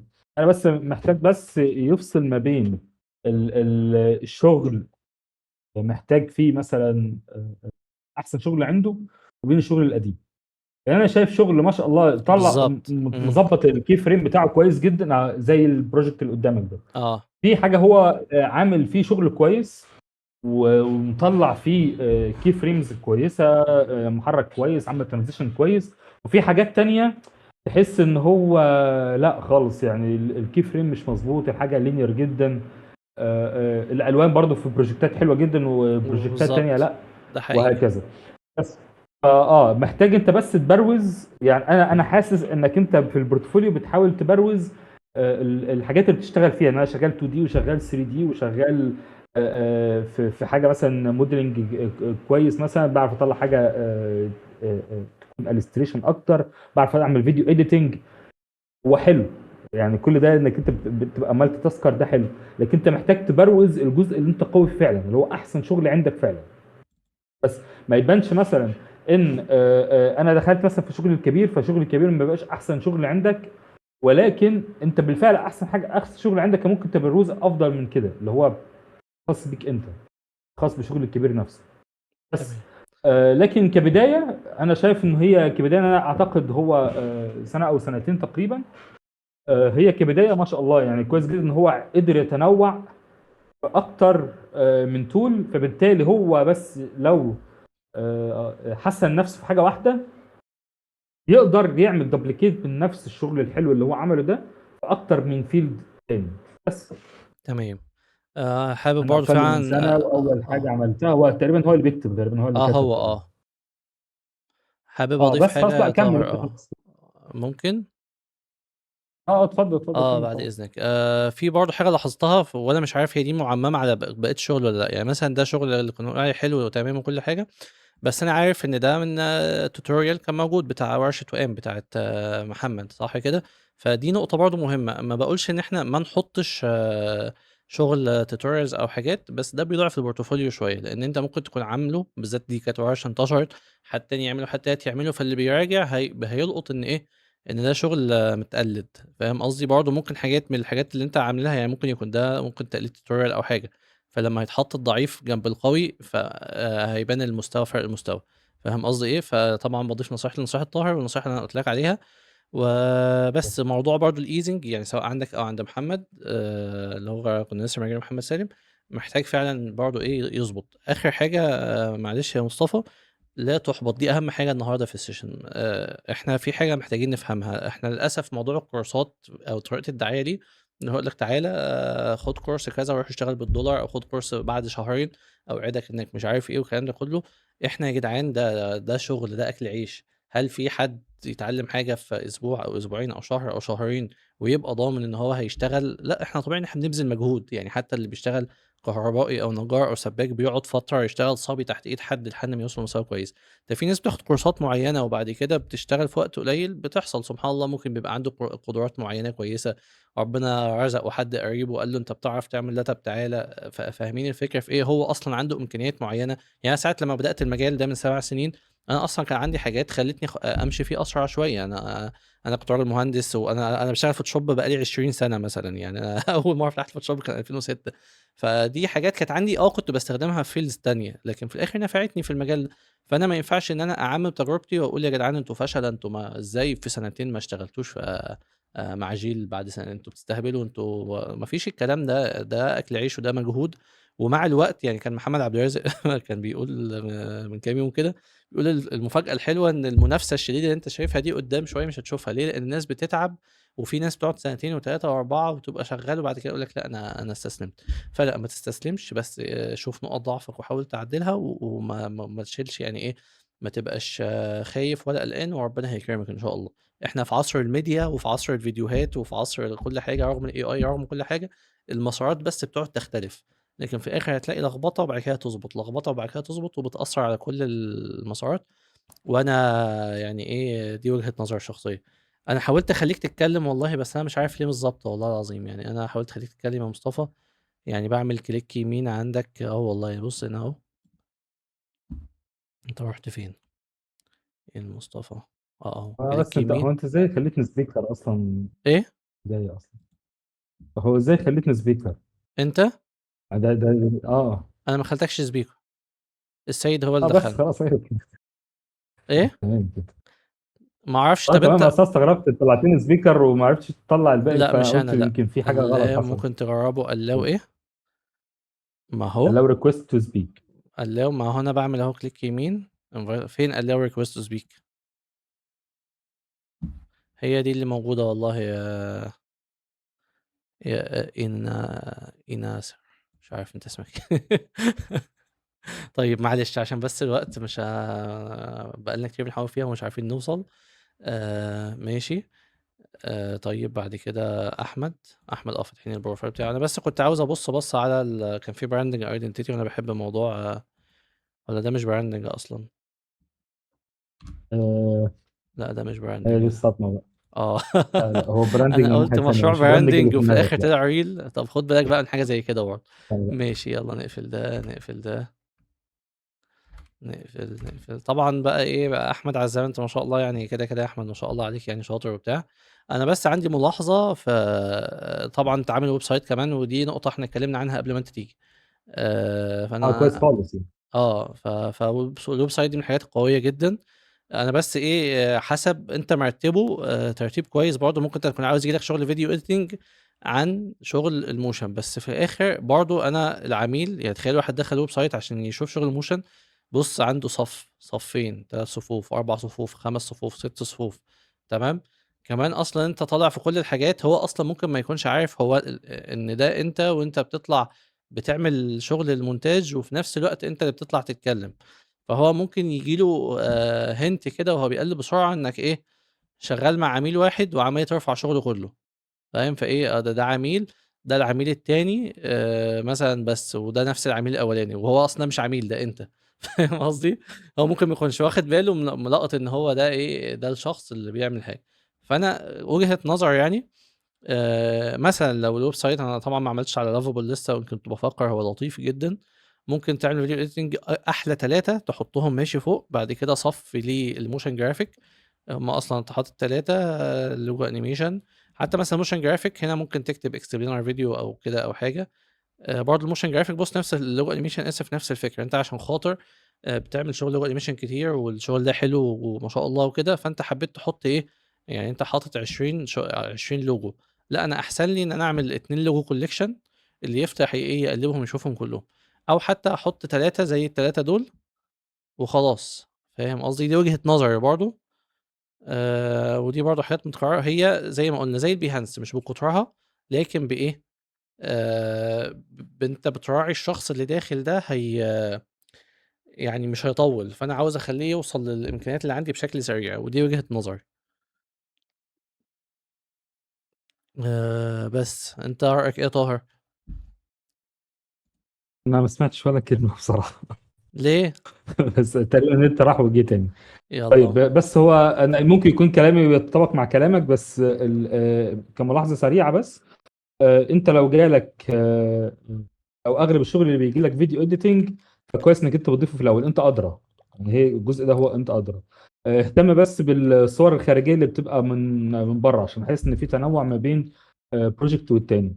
القسم الاخير بتاع الكونتنت كريتور، هو تقريبا تقدر تعمل فيديو اديتنج سلاش كونتنت كريتور، تبقى اختصرت بس. طيب تمام، هي يعني انا كان اللي انا قلته شبه كده، واضفت ان هو يعني يخلي الفيديو اديتنج يعني احلى 3 حاجات. بعد كده الموشن نفس الكلام، اللوجو صح انيميشن جدا، نفس الكلام. صح جدا. وبعد كده يحط بقيه المشاريع خلاص تحت، لان بالظبط، اللي عاوز وفي يشوف نفس شغل الوقت الموشن يسوق لنفسه 3 مرات تقريبا وقلت له اللي ما بين هيخش فيديو ممكن ما اديتنج يلقطش ان وكونتنت كريتور. هو ده انت، فيفتكر ان ده شغل العميل ويقول ده هو في عميل واحد بيشتغل معاه وعمال ينزل فيديوهات. صح والله والله، صح. بتكلم بجد. والله تصدق ما هو صح انا فعلا، عارف ان والله ده صح. احمد وانت عارف ان ده احمد، فانت ما لقطتش انا ما الحته دي. فكرتش في الموضوع ده فعلا، لكن ايوه هو بس فعلا فعلا أيوة. العميل هيبقى نفس الكلام. انا عارف طبعا صح. شغلك يا احمد ما شاء الله في الانيميشن وفي النعومه بتاعه الحركه تحفه والكلام يعني، ده كويس كويس خالص. يعني ما شاء الله، كويس على الله فعلا. فيعني مش عاوزين بقى ايه نخش نتكلم فيه. وكمان موضوع اللينك الاضافه، سواء اللافابل او كذا او الكلام ده كله، لو انت عاوز اه. تعالج النقطه دي، مم. انت ممكن تعمل حاجه كويسه، انك انت ممكن مرهق. صوت قطع يا طه. ممكن ايه؟ يعني كده. اه. موضوع اللينك، لو في مشكله في موضوع اللينك مثلا انت تبعته، انت ممكن تشوف اي برنامج يغير لك الشكل بتاع اللينك نفسه، او بيبقى جوه بروفايل او جوه لينك، اضغط هنا او ايا يكن، بحيث ما يبانش من بره كده ان هي لافابل كذا كذا، فده هيعلي كمان شويه كمان في المستوى الاحترافيه في الجزء ده بس. تمام جدا. تسلم ايدك يا احمد. طيب بعد كده المنشاوي رجل محترم. ماشي، انا كنت عامل لك فولو، عملت لك فولو يا عم، يلا. ماشي يا طاهر، اتفضل بقى انت ايه يعني، ممكن نحاول نفتح. انت مش رافع قوي شغل جميل يا جدا. احمد، بس ايه، انا هحاول اشوف اه كده. احمد تمام. اه. يلا بينا. ماشي. ده هنا كده. خلينا نفتح ده طيب. نشوف طب حاجة تانية.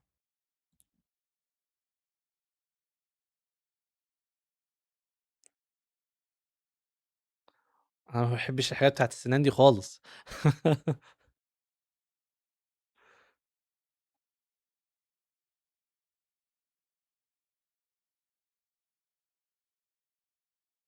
بس هو للاسف شغل الاسنان والكلينيك والحاجات دي، كتير. يعني ده اللي شغال اليومين اه ما انا دول. عارف، أيوة انا بالظبط. عارف يعني ما اقدرش الوم حد شغال في الموضوع ده، بس بيصعبوا عليا. انا مره اعترضت على شغل الكلينيك ده، قال لك يا انا يا الكلينيك، لا خلاص الكلينيك اطلع بره.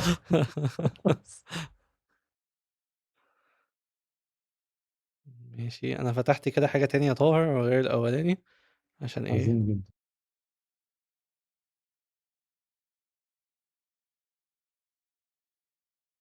طيب انا اقدر، انا خلاص انا خدت ريفيو اه سريع، تمام. اقدر ادي فيدباك.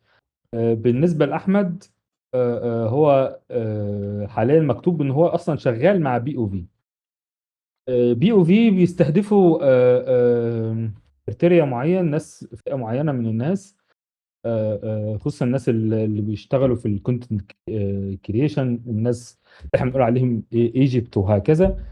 مهم. انا شايف بما ان في الا شويه في موضوع الفيديوهات، ان هو عمل فيديوهات ال 2 دي كلها في بروجكت واحد، ان هو كان ممكن يعملها، يختار يقسمهم على 3 بروجكتات، يعمل فيهم بس برزنتيشن محترم يبقى زي الفل. بالظبط. ولكن مم. ولكن انا عاوز ابص اكتر في اللي جاي. احنا بنتكلم دايما مش ايه النقد، ايه اللي ممكن تعمله. بما انك انت شغال في بي او في، ركز اكتر في شغلك مع بي او في، انك انت تحسن الشغل اكتر، وتاخد الشغلانات اللي هي تقدر تقول فيها حماس اكتر، او بيعجب الناس اكتر، وهكذا. ده هيديك غنى نوعا ما قصه البورتفوليو، سواء ك 3 دي، سواء كفيديو اديتنج، وهكذا. بس اهتم جدا بكواليتي الشغل اللي عندك. يعني الشغل مثلا لو طالب منك مثلا 4 ساعات في تاسك معينه، 4 ساعات واشتغل 4 ساعات في البيت يعني. ولان ده ما انصحش بيه، بس في الاول هيفيدك، بحيث انك انت تطلع شغل افضل من المتوقع منك، فتقدر تضيفه كبورتفوليو عندك. وللاسف الشغل اللي بيعمله، مش للاسف ولا حاجه، ده لحسن الحظ عندك، ان الشغل اللي بيعمله بي او في هو اللي الناس محتاجاه النهارده. اتوكل على الله يعني. ومش لازم يعمل كده مع كل المشاريع يا طاهر، يعني عادي. يعني انت مثلا ايه، من بالظبط، كل المشاريع اللي اسبوع حط خلي فيها لك مجهود. يوم تطلع فيه بروجكت محترم. بالظبط. بس فزي الفل، تسلم ايدك. ماشي. طيب، بعد كده فاروق، صح كده ولا انا فوت حد؟ ماشي. طيب، فاروق حسوني من الجزائر. ازيك يا فاروق؟ يعني نسعد بالناس المصمم الجزائري. ماشي يا فاروق. طيب، خلينا نبص. انا مش عارف هو في انيميشن اصلا ولا لا. طيب، هو احنا هنا اصلا مركزين اكتر على الانيميشن، لكن هو كشغل جرافيك بصراحة حاجة محترمة جدا يعني. آه، هو انت اصلا يا فاروق سينيور كريتيف ديزاينر. طيب، تسلم ايدك ما شاء الله. بس انا يعني انا ما اقدرش اقيم قوي بصراحة الحاجات الجرافيك ديزاين، وانت شغلك كله جرافيك ديزاين. بس لو انت عندك ملاحظة يا طاهر او حاجة قول يعني انا. انا ما عنديش. طيب بالنسبه طب ما في براند جايد لاين غيره؟ ما هو برضو نفس الكلام، كله لحظه. شغل لوجوهات وجرافيك وبراندنج وحاجة محترمة الصراحة يعني. ما شاء الله، تسلم ايدك يعني. حتى البرزنتيشن حلو قوي يعني. انا عندي حاجه، ممكن بما ان التايتل مكتوب سينيور كرييتيف ديزاينر، امم حاول تستعرض اكتر، بانك انت كرييتيف ديزاينر. انت ما شاء الله مطلع شغل انا ما اقدرش اتكلم عنه اصلا. ده شغل جميل خالص ان احنا نتكلم فيه. بس انا شايف ان الشغل في الكرييتيف عموما، الناس بدات تستعرض اكتر الافكار. الفكره دي طلعت ازاي، فكره انك انت دمجت بين حاجه وحاجه فطلعت لوجو، وهكذا. الكيس ستادي اكتر. بس لو كيس ستادي تقدر تطلع بيها كونتنت، هيبقى شغل جميل جدا. ده اللي باخد بالي منه من حته الافكار. لان بقى عندك مشكله كبيره جدا في موضوع الكرييتيف واللوجو وهكذا، ان بعد الاي اي ما طلع، كل واحد بدا قاعد يطلع لك شويه حاجات، ويطلع يحطها على موك اب، ويطلع لك شغل. بالظبط. لو استعرضت كيس ستاديز هتبقى تروح حته تانيه. وهي دي المهارات اللي اتكلمت فيها في الاول، ان في مهارات لسه الناس ما اتغيرتش، بس لسه الناس بتثق فيها، الا وهي البروسيس. صح. البروسيس، الناس ازاي طلعت ده، ازاي عملت ده، انك تعمل بريك داون. ولو تلاحظ يا احمد، حتى في الشغلانات اللي احنا شفناها ده كله، الاغلب في ضعف شويه في حته البريك داون. صح. وانا متاكد لو اي بروجكت دخلنا عليه بعد كده، او اي بروفايل، يعني مثلا انت فاتح صفحه فاروق صح؟ فاروق تمام. فتح الصفحة ادخل على ابريشيشن كده. هنا. امم ابريشيشنز. افتح اي حاجة بس يعني. هتلاقي امم اي شغل، هتلاقي كل شغل فيه بريك داون، فيه برزنتيشن، فيه امم شغل عاملينه كويس بالظبط. يعني. بس بس الحته اللي انا لاحظته، مش اللي انا اقدر اعدي عليه. ما اقدرش اعدي عليك طبعا، انت امم فوق الراس طبعا. بس هو لا، ده بص هنا دي أقدر حلوة أقوله. قوي. بالظبط. لا تسلم وعلى تسلم. فكره كل البورتفوليوز اللي بدخل بشوف الابريشيشنز، بشوف الناس عامله ابريشيشن شغل حلو جدا. فالاغلب بيبقى عارف هو عاوز يروح فين، بس عاوز حد ايوه يقول لي لا بس يعني توكل على الله يعني. بيبذل مجهود فيه كبير عشان يوصل له فبيروح في الاخر وقت بالظبط البرزنتيشن بيعمل حاجه بالظبط. سهله.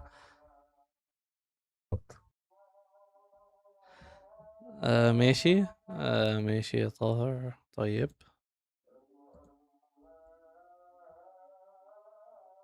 طيب شيماء، هو المفروض انت اللي دي معاك برضه يا طاهر، انت سامعني؟ تمام جدا، يلا حالا. عشان اللي فات كان دوري وكل واحد فينا قال ملاحظة بس. عامة شيماء برضه من الناس اللي انا شفت شغلها، بس هي عندها شغل احلى من كده لا مش ما دام رافعاه. شفت شغلها توكل على الله طبعا. لا لا لا يعني هي خلاص انت عندها ادرى. شغل احلى من كده، بس هي مش رافعاه. يعني انا كان نفسي ترفعه او تبعتهولي، ما بعتتوش. انا حتى مش عارف هي موجودة معانا ولا لا. بس خلاص هو توكل على بشكل الله انت عام كده. الأذان بيأذن. ممكن نستنى دقيقة واحدة معلش، دقيقة واحدة عشان الأذان بيأذن، ما نشغلش حاجة فيها موسيقى مع الأذان. عشان ديزاينر مؤمن.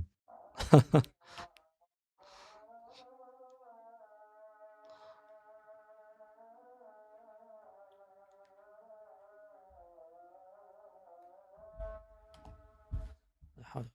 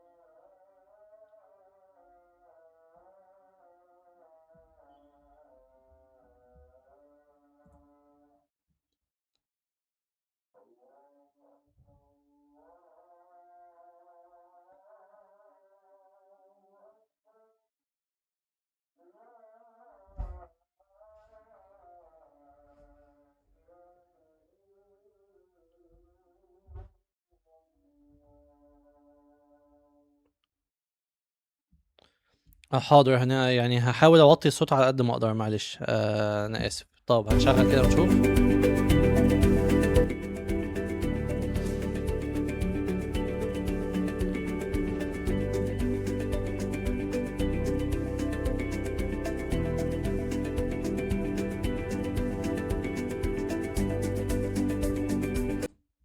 هو بشكل عام الشغل لطيف مش وحش، وانا بس مش عارف اقيمه لسبب ان ايه. يعني شيماء قالت لي هي عندها اصلا شغل احسن وبقالها فتره ما بتنزلش وبتاع، وهي ما شاء الله ناس عندها خبره يعني. فبشكل عام يعني بقى لو هندي نصيحه عشان يبقى بدل اللي احنا فتحناه وهندي نصيحه، محتاجين نحط الشغل الحلو في الايه في البروفايل بتاعنا. ممكن نجرب حتى الافكار برضو اللي احنا قلناها ان احنا نعمل الاوفلاين بورتفوليو او كده، ونظبط برضو ايه يعني. اظن نصايح طاهر هي اللي هتنفع معانا. تمام يا طاهر. اه تمام جدا. فيعني ايه بس مش هو الجزء بس اه اللي هتعمل ايه بعد كده. بس الجزء اللي هو بما ان في شغل افضل موجود، الفكره بس هتضيف الشغل الكويس بس مش اكتر. الحاجه التانيه، ال ال ال انا شايف ان في راحه بصريه اكتر في الصور الخارجيه في البروفايل. بس يعني كويس الاهتمام بالجزء ده يعني. تمام جدا. طيب بعد كده علي طبعا من الناس اللي ايه اللي عامله البورتفوليو بنفس الشكل بتاعي يعني. كان بعت لي يعني بعد ما انا عملت وعاجبني ان هو عمله. طبعا هو السيد اشتغل معاه ساعده شويه فيه وفي الفكره نفسها، وانا برضه بعت له الشغل بتاعي وما ساعدتش في حاجه. فهو عمله حلو قوي، حتى هو عمله قبليه يعني انا بعت له وانا شغال عليه وهو خلصه ما شاء الله. علي من الناس الشاطره قوي يعني، ربنا يبارك له. ف يعني ايه، وحاطط الشغل بشكل جميل والستايل بتاع الفيديو حلو، وتسلم ايده. هو بس هنا ايه، الفرق الوحيد ان هو رافع الحاجة على درايف على يوتيوب. لكن غير كده برضو دي فكرة برضو كويسة ان جوجل سلايد بيقبل انك تحط لينك. فهو رافع الشغل بتاعه على إيه، من احسن على الحاجات فعلا. ففي الآخر برضه هو ضبّط الإطار وكتب الحاجة فين ومش عارف إيه وحط الlink بتاع الفيديو. بس أنا باحس إن يعني ساعات بيهنِّج اللينكات sorry ساعات بتهنِّج، فمش عارف حاسس إن GIF شكلها أشيك، بس في الآخر يعني الاتنين تمام يعني. طبعًا علي شغله ممكن أكتر في الفيديو editing وهو موضّح ده ومنوّعه، يعني أنا عاجبني بصراحة. واعرف التكامل كمان. إيه يا صديقي؟ لا كمل كويس خالص، بقول البراندات اللي هو تكامل ونكسس من إمم، الحاجات المعروفه يعني. إمم.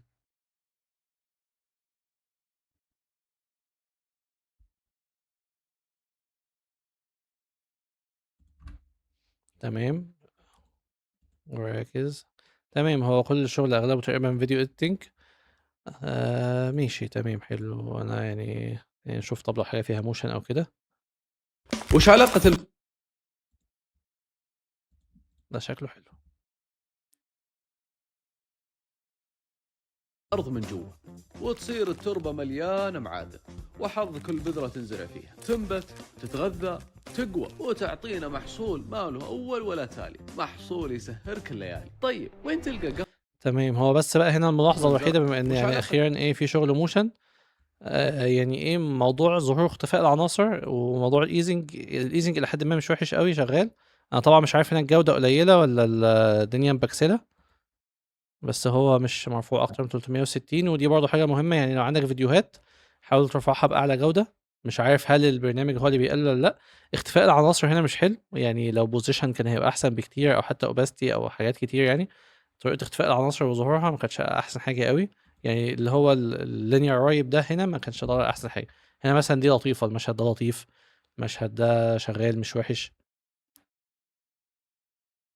بس الeasing برضه محتاج يتضبط سيكا. لكن إجمالًا بصراحة طريقة عرضك حلوة وفي حاجات كتير حلوة والفيديو editing نفسه الشغل ما شاء الله عليك يعني. تمام، أنا مش عارف في حد قال حاجة في الكتابة، ماشي الكلام على إيه feedback أبعت لمين، حد اذكى سجل دماغ في الحوامديه. إيه؟ لا بقرا الكومنتات. طيب هو ماشي. بس البروجكت انا عاجبني اول حاجه ان هو حاطط هو ليد، لان احنا حاليا في الموسم بتاع ليب والشركات بتجري ورا الشغل اللي زي كده، ان ليب خلاص بالضبط. تقريبا كام يوم يعني، قصدي الشهر الجاي اعتقد 31 اغسطس. أنا بس فاكر إن أنا اشتغلت من وليب سنتين حاجة برضه، حاجة الحق بقى للأطفال. حط اول صفحه بقى ليب بقى. لأ بس بس حاجة يعني دي حاجه، ما الحاجه أعرفش. الثانيه لا بالظبط، يعني هو خلاص هي دي الفكره احنا اتكلمنا عليها قبل كده، اللي هو ايه، انا عاوز اوري البورتفوليو بتاع المين. لو انت بتوري البورتفوليو بتاعك للكلاينتس شغال معاك فعلا اديتنج، خلاص. انا عاجبني في الناس كده ان بشوف كذا حد موشن ديزاينر وبعد كده لا هو بيهتم اكتر بالفيديو اديتنج. هو مش هو عارف ان الاتجاه رايح هنا، فليه ما إمم، استغلوش؟ إمم، دي مرونه احنا حابينها يعني، حاجه كويسه خالص. صح. مثلا احنا في موسم ليب دلوقتي، طب ما اضيف ليب، والليب دي حاجه عالميه اصلا. إمم، كامل مثلا من الحاجات المعروفه في السعوديه، وانا مثلا بتارجت حاجات في السعوديه، زي الفل ليه ما اعملش كده. صح هو كده ماشي الحاجه صح بس فعلًا. اللي خدت بالي منها خصوصا في البوينت بتاعك يا احمد، هو ايه، هو الجزء انت بتعمل برزنتيشن صح؟ إمم، اهم حاجه عندك اللي هو اللي احنا بنقول عليها في مجال اللي هو اليو اي واليو اكس، اللي هو ايه، اهم حاجه ان انا بعرف استخدم الحاجه صح، بعرف افتح الفيديو سهل ولا مش سهل. إمم، في عيب كتير انا عارف ان هو ليه حط، ممكن يكون حط يوتيوب. الحاجه دي ممكن نوصله اصلا بالكلاينت، مثلا زي ليب كده، من الحاجات المعروفه حاليا ان في كام براند منزلين شغل بتاع ليب، هو إمم، مشهور في الحته دي، فهو انا عارف ان انا شفت الشغل ده فين قبل كده، ولو ضغط على الصفحه بتاعتها يقدر يشوف الشركه نفسها. ده جزء. الجزء الثاني ان لو رفعت فيديو على فيديو ستريم عادي على الدرايف وعملت له لينك جوه هيشتغل برضه. البرزنتيشن، هيشتغل، ولكن ممكن يعرض لك عنده الريزوليوشن ضعيف. اغلب ده انا حاجه جربتها كتير مع عملاء، ان دايما يدخلوا يقول لك ريزوليوشن واقع. هو مش واقع، هو غالبا درايف بيعرض مش بالهاي هاي كواليتي. إمم، لا هو بيبدا من 480 مثلا 720، حتى لو انت عندك نت إمم، سريع. أيوه، أيوه، بس فدي حاجه بقت درجه اكتر، فانت على حسب ما بتستخدمها شوف راي الناس، عرف يستخدموه صح، عرف يفتحوا معاهم صح، خد اراء الناس سواء الديزاينرز واللي مش ديزاينرز بالخصوص، إمم، انك انت بتستهدف شركات كوربريت مش ايجنسيز. بس خلاص، بس هو ده. تمام جدًا زي الفل. تسلم يا صديقي. انت بقى ايه؟ شوف الجاي. الجاي على طول بقى. ماشي. احمد حمدي. ماشي. حمدي. طيب مبدئيا يا احمد اه محتاج اوثق في حاجه مهمه جدا عايزين نتكلم عليها اللي هي ايه؟ الانطباع. ده اهم حاجه. ماشي، حلو جدا. الانطباع اهم بكتير من جوده الشغل، ممكن هو مش اصلا اهم الكلام بكتير ده هو المهم يعني يا طاهر، الكلام اللي بتاكد بين جوده السطور الشغل. ده هو المهم، لان الكلام ده اه بيبقى بالظبط. موجه للناس كلها. بالظبط. امم يعني ايه؟ يعني انا دلوقتي دخلت، انا لو لقيت شغل تحفه، احسن بروجكت في العالم طالع من بروفايل مثلا مش حاطط صوره هنا ولا كفر ولا اي حاجه من الحاجات دي، انا هشك ان هو سارق، مش هشك ان هو اللي عامل. امم في حين ان مثلا بروجكت مثلا يكون حلو جدا، نقدر متوسط، ولكن الهيئه العامه، الصوره من بره شكلها ازاي، الكفر، الصوره الشخصيه، عامل نفسه انتروديوس. في ناس على فكره من الناس اللي بعتت بروفايلاتها البورتفوليوز اللي فاتت يعني، عامله السي في في بيهانس. يعني انا اصلا ما احتاجش شو اعرف ده عنده كام سنه خبره، بقيت ادخل اه بشوف الاكسبيرينس عنده، عرفت عنده كام سنه خبره. ده امم تحفه. انا بصراحه يعني دي حاجه مهمه جدا جدا جدا يعني. بس فالشغل اللي انت عامله حلو، اللي هو كشورت فيجوال ستوري والحاجات بتاعت القهوه والشغل ده، ولكن محتاج تهتم اكتر انك تعرض نفسك، بما انك انت طلعت بروجكتين بس، والبروفايل اصلا معمول من فبراير 2020، يعني معنى كده ان انت عندك شغل كتير ما طلعتوش، او بس ان هو وصوره مثلا وهكذا. من زمان حابب المجال، فشويه يعمل حاجه شويه يقف بتاع. مثلا صحيح. خليني برضه اقول لك حاجه. انا مثلا كان عندي بيهانس من زمان جدا، عشان كنت انا مهندس، والمهندسين برضه بالذات الحاجات اللي فيها حاجات جماليه بيرفعوا شغلهم على بيهانس. لما جيت دخلت المجال ما رضيتش ايوه استخدم البيهانس القديم. هو اصلا كده كده انا ما كنتش يعني في بعض الناس كانوا بيرفعوا، بس انا ما كنتش برفع على ما اتذكر يعني. فما رضيتش ان انا استخدم البيهانس اللي هو بقاله عندي من 15 سنه مثلا، ولا 12 سنه ولا بتاع. وقلت خلاص اعمل واحد جديد خاص بالمجال ده، عشان فعلا ما فيش حد يخش يلاقي انا لسه مبتدئ بقى وعندي 3 مشاريع، والبيهانس بتاعي بقى له 6 7 سنين. فحتى لو انت لاي سبب كان عندك البيهانس قديم، خلاص شيل، اعمل اكونت جديد. اصل هو يعني مش حوار، اعمل اكونت جديد وارفع عليه الشغل. وراعي النقط بالظبط. اللي طاهر قال عليها. ورافع الداتا الدرايف، بس للاسف الدرايف ده اعتقد مش هو احمد حمدي، اعتقد ده علي. تمام جدا، بس خلاص كده. ماشي. طيب خلينا نشوف بقى الفيديو عشان ايه، نكتم الصوت عشان اللي كان الصوت بيضايقه، او نقلله خالص. انا بحترم الناس اللي بترفع شغلها على فيميو يعني. بس هو فيلم بقى رخم شويه. هو رخم، بس الحمد لله انا لحقته لما بيديك unlimited فيديوز ترفعها. ما دلوقتي بيعمل ليميت للناس يعني. دلوقتي ما بقى بالظبط يعمل ليميت، وكمان ساعات من نفسه مره اكتر مره يحذف لي فيديو، ما اعرفش ليه، بمزاجه اه كده. بالظبط. لكن اللي يعجبني لو انت تاخد منه فيديو مثلا تحطها في برزنتيشن او حاجه، ان هو دايما بيحاول يشغل لك الفيديو على اعلى كواليتي، عكس اه الدرايف بيحاول صح. يرفعها لك على 480 علشان ما تحسش باي تهنيج ولا حاجه. تمام بس ماشي. انا شفت الشغلين دول وانا عندي نفس الكومنت بصراحه يعني. اه اللي هو اللي هو الشغل حلو، بس الاهتمام بالشغل افضل.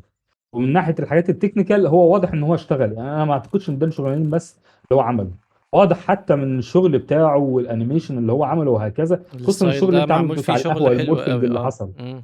معمول شفت فيه حاجات ازاي؟ حلوه ده فعلا. مش ده مش منظر ابدا، ده اول فيديو مثلا، ده اكيد في فيديوهات قبل وبعد. ايوه صح. يعني الفيديو ده فعلا فيه شويه اخطاء، فيه حاجات زي البكسله، زي بعض الترانزيشن، زي مش عارف ايه. بس حتى يعني الشغل ده فيه نعومه في الحركه عن شغل كتير شفناه. الترانزيشن ده مثلا كان حلو قوي، يعني ده كده، ده ترانزيشن محترف جدا. جدا.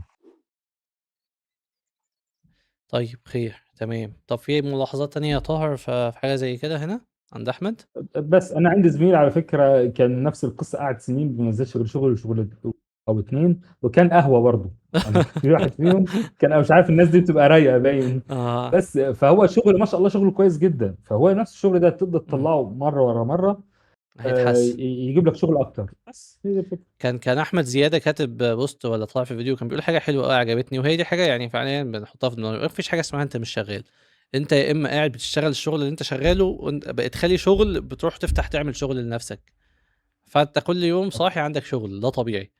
مش عشان خاطر بقى انا بقى حتى لي فتره الناس اللي ما بدور ما لقيتش. عندوش كلاينت او ما عندوش عميل او بيدور على شغل، اه احنا مصممين اكتر ناس، احنا اكتر ناس حرفيا لما بنقعد في البيت بنشتغل اكتر. ده اصلا اللي بيطلع الحاجات اللي نفسك تعملها، تقول بقى يلا انا كنت عاوز اعمل إيه، يلا اعمله. بالظبط. بيبقى فاكرين احنا نقعد نشتغل اكتر عشان ده يحسن البورتفوليو اكتر، عشان يجيب لنا شغل اكتر. بالظبط فغالبا اهو. كل الناس هو احنا غالبا واللي بنبقى بشتغل مرضى لهم يعني بيسعوا في الحته دي اكتر من هو يدور على شغل اصلا. غالبا بنبقى مرضى. بالظبط. طيب رائد، خلينا ممكن ناخد بريك ربع ساعة نصلي ونطلع. اه يا ريت. خلاص تمام، ماشي. انا عامة فاتح الحاجة. انت ممكن طيب ربع ساعة ونطلع ان شاء الله، ان شاء الله. يعني ايه لو عدت دقيقة دقيقتين سامحونا عشان خاطر الراجل اللي جنبي ده بيطول. انا هسيب كل حاجة مفتوحة، هقفل المايك بس، ماشي. نرجع ان شاء الله 10 ل10. ماشي يا صديقي. اظن مين اللي كان هيرجع، ده انا ولا انت؟ انت كنت هتراجع مع رائد تقريبا. تمام ماشي يا رائد. طيب خلينا كده ايه نبص بصة على اخر حاجة برضو كالمعتاد، بحيث ان احنا ايه يعني. هحاول اكتم الصوت او اقلله خالص، هو قليل الحمد لله.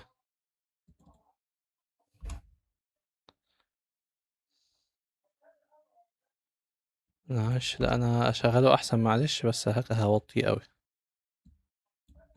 بترسيا بنقدم لك تصميم جديد بتحريك احترافي وتعليق صوتي مميز، لا والتسليم بالوقت اللي تبيه.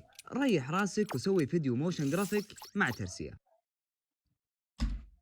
بصراحة لطيف خالص يا رائد، ما شاء الله، تعرف عن تسلم خدمة ايدك. الموشن جرافيك اللي تقدمها شركات كثيرة، غالية، تاخذ وقت. لا يعني بنسبة كبيرة ما شاء الله، البرزنتيشن حتى حلو، في حاجات كتير كويسة. بس صدقني حتة التايم لاين دي مش وحشة، تبقى لطيفة برضه، بتبين الشغل اللي انت عملته. هتكون بداية بس انت شغال مش عارف، يا اما بافتر افكت نسخة قديمة، يا اما البروجكت ده قديم. مش عارف البروجكت ده امتى بالظبط. لا 2025 تمام. نبص بص على حاجة تاني. لا تحتاج ولا تحتار. لفت ماركت هو الخيار بأفضل العروض والمنتجات من أضواء مميزة. طيب بشكل عام عشان ما اطولش يا رائد، يعني شغلك جميل ما شاء الله وحلو. بس طبعا محتاج انك يعني انت اللي ناقصك انك تتفرج على حاجات حلوه، يعني تتفرج على حاجات مستواها عالي شويه، بحيث انك الانيميشن بتاعك يعلى شويه. اسمه ايه ده، والشكل العام يبقى احسن، الستايل يبقى احسن، التركيب المشاهد بيبقى احسن، وهكذا. حاول تتفرج على حاجات مستوى اعلى، لان هي دي بس اللي ممكن ناقصاك شويه، يعني ايه الستايل نفسه يبقى احلى واشيك. الحاجات اللي هي تتحرك بشكل قوي قوي ومش عارف ايه، دي بتبقى حلوه، يعني هو بتبين قدرات المستوى المتوسط شويه. انت عاوز بقى تطلع المستوى الاعلى، فانت محتاج انك تبقى متمكن فعلا من الحركه اكتر، من الكادرات والستايلات والحاجات دي بشكل اكبر. في برضه نقطة مهمة يعني ممكن تنفع الناس كلها، انا عشان كده فتحت الافتر افكت. لو مثلا عملنا نيو بروجكت كده، يعني بس نفتح اي حاجة عادية. اوكي، لو انا مثلا عندي، خلينا نعمل بروجكت كمان. وغالبا الستريم طالع بس على البراوزر، مش ظاهر انا مش قصادك. فاتح الافتر. طيب بشكل عام طب خليني كده اعمل نعمل سكرين تاني، entire سكرين، معلش. شايفين كده افتر افكت صح؟ خلينا كده شايفين كده شباب الافتر افكت صح؟ ظاهر كده ظاهر ظهر. ماشي. طيب لو انا مثلا عندي فيديو بالشكل ده مثلا، بالشكل ده، خلينا نعمل كده اهو مثلا، وجيت في فانا الفيديو ده في البرزنتيشن، يعني الفيديو الطولي ده في البرزنتيشن بيبقى شكله مش حلو، لان البرزنتيشن بيبقى كله تقريبا بالعرض. طب الحل ايه؟ باجي هنا احط الشغل بتاعي في كومبوزيشن، يعني ده حل انا بعمله وبيخليني شكلها حلو الصراحه. فاجيب بقى الشغل بتاعي ده اروح احطه في ايه، في كومبوزيشن تاني بالعرض بالشكل ده، تمام.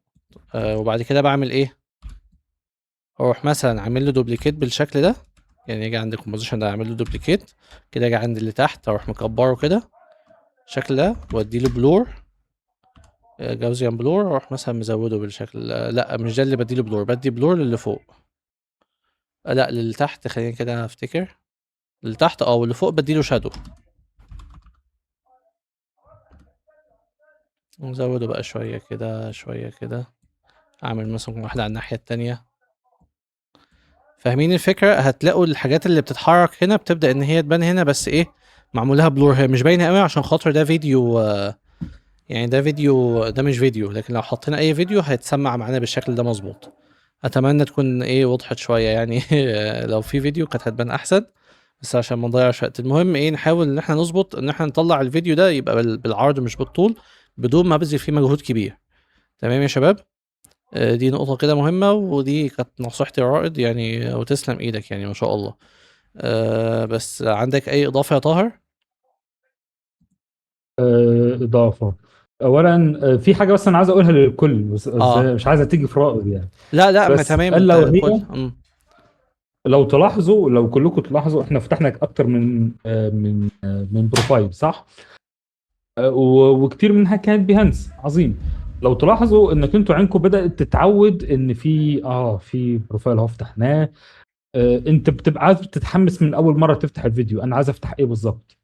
بس فهي دي الفكره اللي بيقع فيها الريكروتر مثلا، لما او المسؤول عن الهايرنج، لما بيكون في ناس كتيره بتقدم، فبيشوف بورتفوليوز كتيره جدا، فبيفتح كتير. بالتالي غالبا ممكن يكون جوه البروجكت في شغل حلو جدا، بس هو مش متحمس انه يضغط عليه. اهم حاجه الانطباع اللي انت بتعمله في البروفايل من بره، الصوره، الكفر. اهم من ده كله بقى الصور الخارجيه اللي هتضيفها في اللي هتضيفها بره البروجكت، بس اللي احنا بنقول عليها صابنين مثلا في اليوتيوب او غيره. الصور دي بتبقى مهمه جدا جدا، بتخليني متحمس ان افتح الفيديو ده ولا لا. في زحمه، لا ده مش عاجبني كذا. اعتقد يا احمد لو نزلت لتحت شويه وشفت ده كده البروجكتات اللي تحت، اه هتلاقي هتلاقي في زحمه.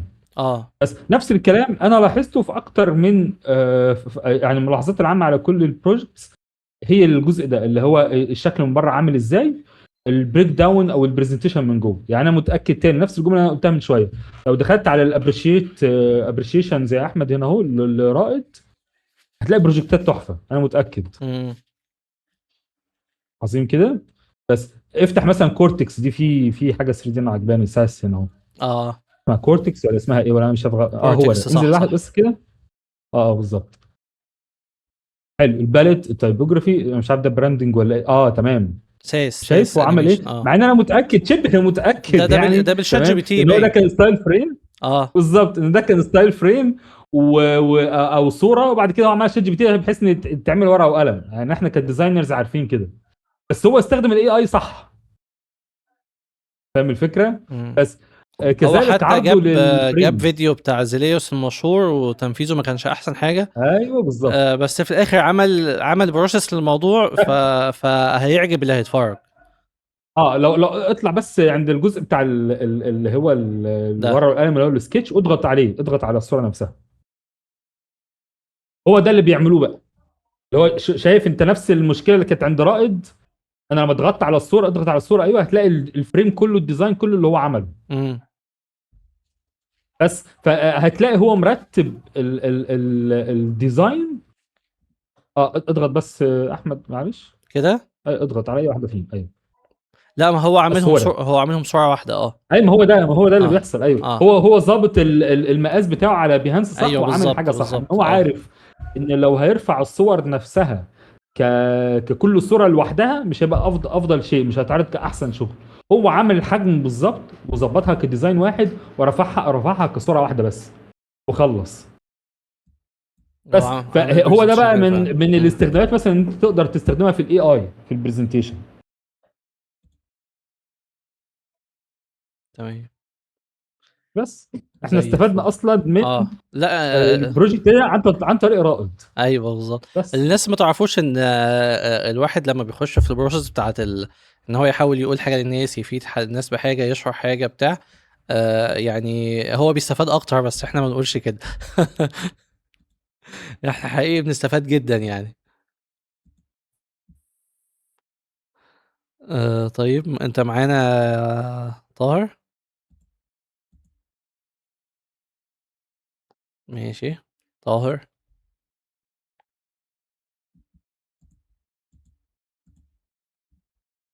طب هو طاهر ممكن يكون النت قطع عنده او حاجة، هو المفروض هو اللي كان برضه يراجع على الشغل ده، فخليني ابص عليه. سارة انت موجودة يا سارة معانا؟ انا بتهيألي انا شفتك، بس تمام ممكن تكوني قمتي او حاجة. ماشي طيب خلينا نبص.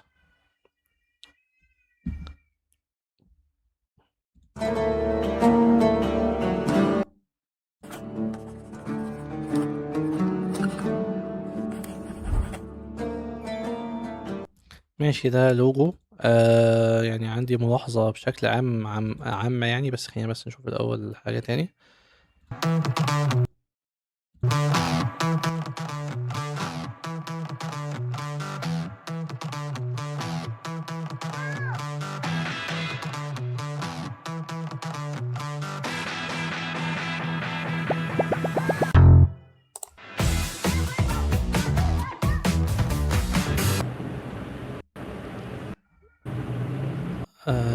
الصوت بيحاول يجي من عندك يا طاهر بس مش واصل برضو.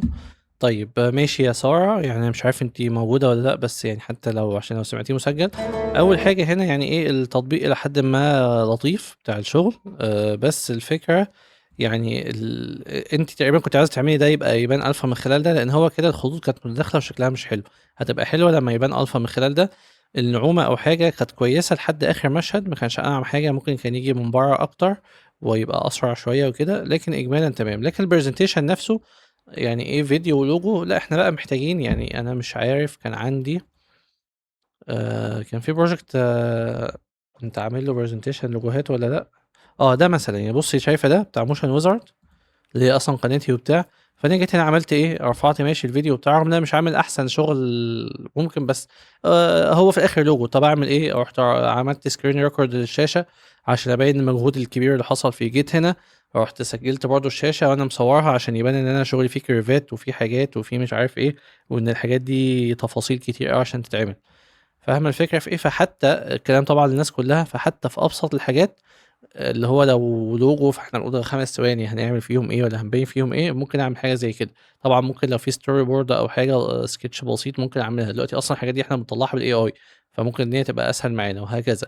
برضو كان في ايه كمان، النقطه اللي عندي طبعا يعني ايه، انت ممكن في الاول شويه يا ساره، فمحتاجه بس تشتغلي على نفسك، ما توقفيش شغل. انا مش عارف بيتهيألي إن ده شفته من فتره مش من قريب، يعني ده مرفوع، لأ ده مرفوع قريب، ممكن أكون شُفت بقى حاجة تانية من فترة. فكمّلي شغل عادي، طوّري من نَفْسِك، نخلّي الشغل بتاعِك يبقى يعني ده برضه كان لطيف، بس حسّيت يعني جالي إحساس إن هو تطبيق لكذا tutorials ورا بعض، فالدنيا ما كانتش برضه منسجمة أوي، لكن بشكل عام حلو. حاولي تتفرّجي برضه أحسن، يعني الإستايلات اللي كانت الكرتونية شوية اللي هي زي دي كده، يعني أنا مثلًا لو أنا فتحت أقيّم الشغل ده مش هافتح الproject ده، لكن ممكن أفتح الproject ده، شكل رسمة مختلفة شكلها حلو بتاع. هنفتح برضه نفس الكلام الprocess، أنتِ بترفعي صورة وفيديو وخلاص. لأ مثل محتاجين أي نعمل النقطة اللي كان زوج بيتكلم عنها عايش طاهر. حياته السعيدة. تمام، طبعًا محتاجين بقى محتاجين كتير، حاجات كتير تتضبّط، بس مع الشغل والتكرار الدنيا هتبقى كويسة يعني، بس الأفكار نفسها لطيفة، فتسلم إيدك. طاهر أنت موجود والّا لسه عندك مشكلة في الصوت؟ معاك زي الفل معاك. أصل أنت كان المفروض أنت كنت راجع عندك ملاحظة معيّنة عند سارة؟ هو أنا أول ما شُفت شغل جلاء، أنا مش عارف أنت كنت سمعتني والّا لأ، لأ الصوت قطع فقُلت ده خالص عندك. logo animation. آه. لحظة كده سامعني؟ لأ، باقول لك كان قطع، لكن دلوقتي سامعك. وقتها تمام. آه، تمام. آه، فباقول له الشغل ده بتاعك أنت، فأنت استلم البورتفوليو، فقفلت الصوت ساعتها. طيب ماشي، بس. خلاص خلّينا بقى مع مصطفى. مصطفى حبيبي.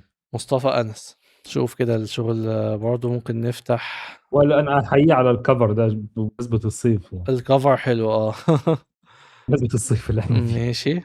خلّينا نفتح آخر حاجة برضه والّا في حاجة تانية ممكن عاوز تفتحها؟ وقتك خلّينا بيضيع بين منصات تمام.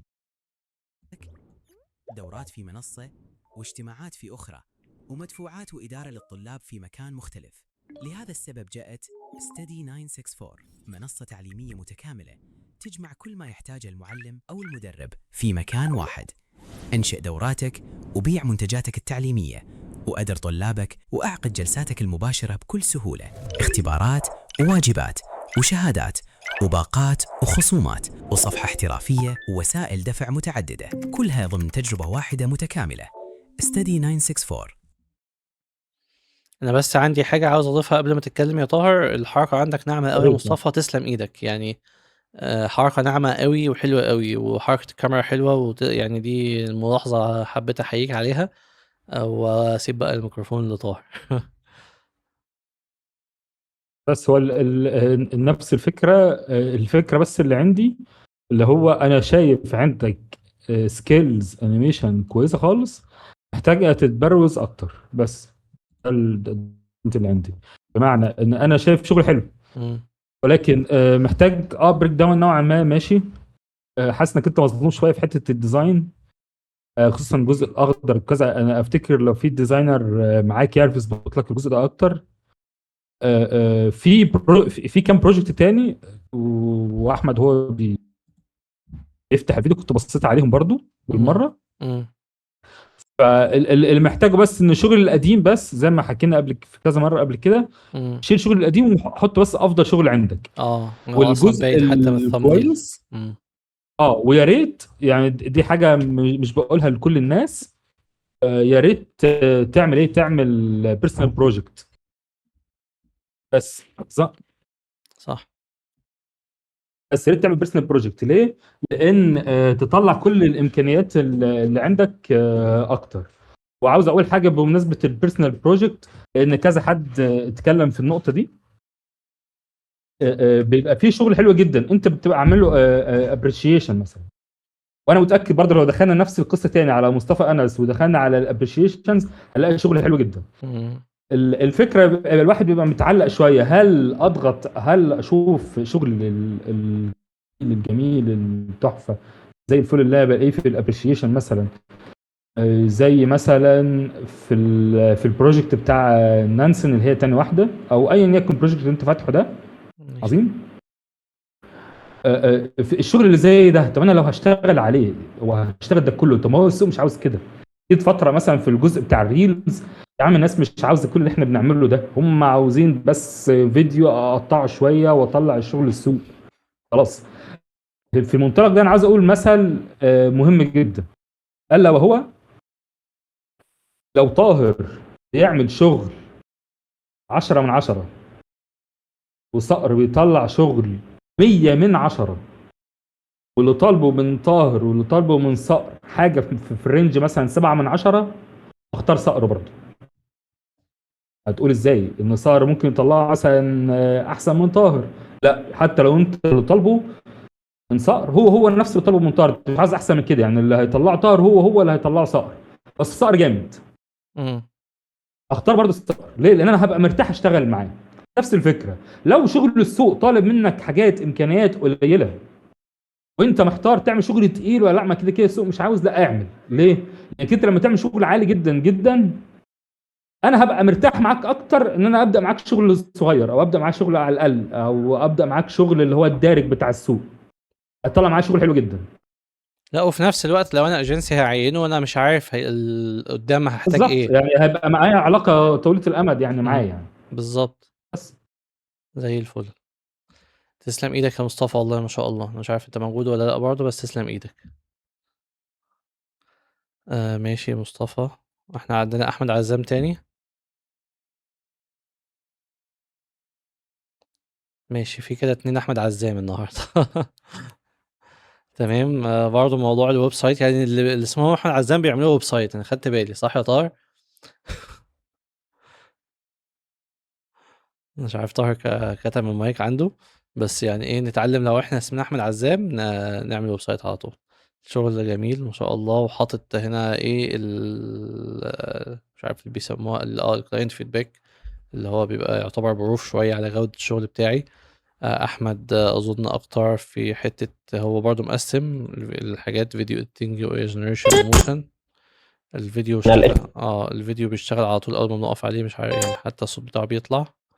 عامل حاجه حلوه قوي، عامل بيفور وافتر في الشغل. الآن من مكانك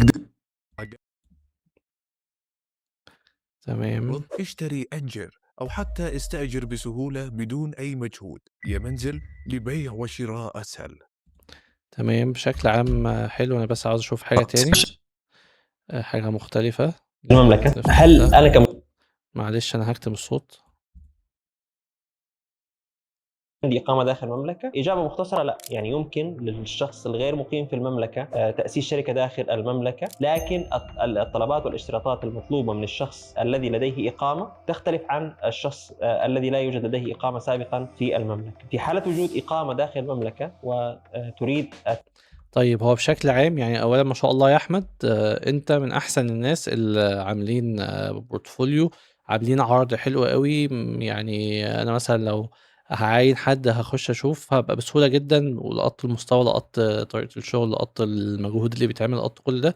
فده ما شاء الله ممتاز. النقطة بس الملاحظة عندي، حاول تقوي نفسك كشغل انيميشن وموشن. يعني لو جيت تشوف شغل مونتاج ريلز اللي هو انت يعتبر انت بتعمله كويس، بس انت شخصيا هتبقى عارف ان في ليفل وليفلين اعلى من كده كمان. يعني في مستويات اللي بيبقى قوي في الافتر افكت وفي الانيميشن، وبيعرف يتحكم في الكاميرا كويس، وبيعرف يضيف افكتات، وبيعرف يعمل حاجات بيوصل مستويات كويسة جدا. وانت بالذات اللي بتنشر عندك كبيرة، لان انت ما شاء الله عامل شغل، اشتغلت مع عملاء كويسين، عندك ناس بتتكلم عنك كويس، الكلام ده كله، عندك ويب سايت مظبط، الحاجات دي لما مستواك هيعلى هتبدأ كمان انك تعرف ان شاء الله تطلب ارقام احسن من كده، وتوصل لعملاء اعلى من كده كمان بإذن الله.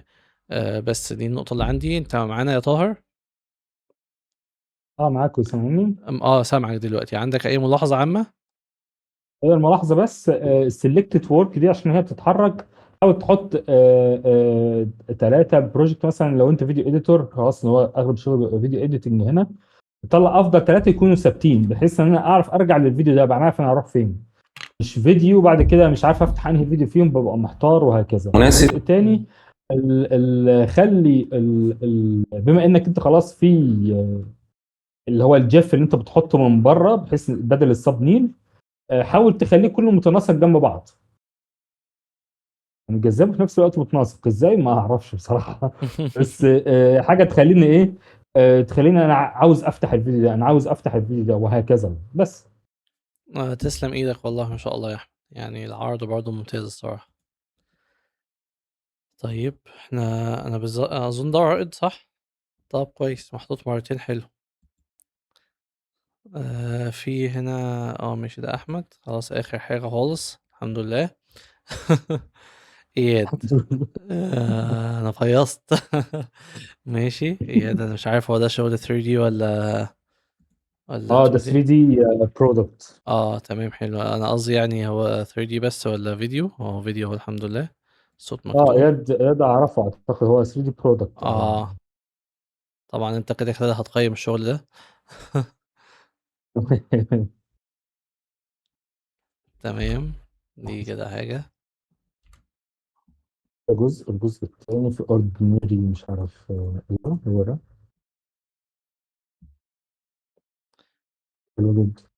مفيش صوت. هو اكتر من حد بيقول مفيش صوت في الفيديو نفسه ولا في ايه؟ ممكن نقصد الفيديو اعتقد. ماشي مفيش مشكلة.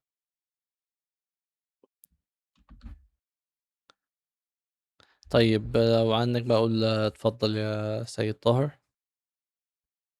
حاليا انا شفت 3 بروجكتس لحد دلوقتي، وانا في بروجكت معايا اللي هو بتاع نايكي اللي انا فاتحه حاليا. احس ان هو اكتر ده تقريبا من الفيديوهات اللي فيه شغل تقريبا.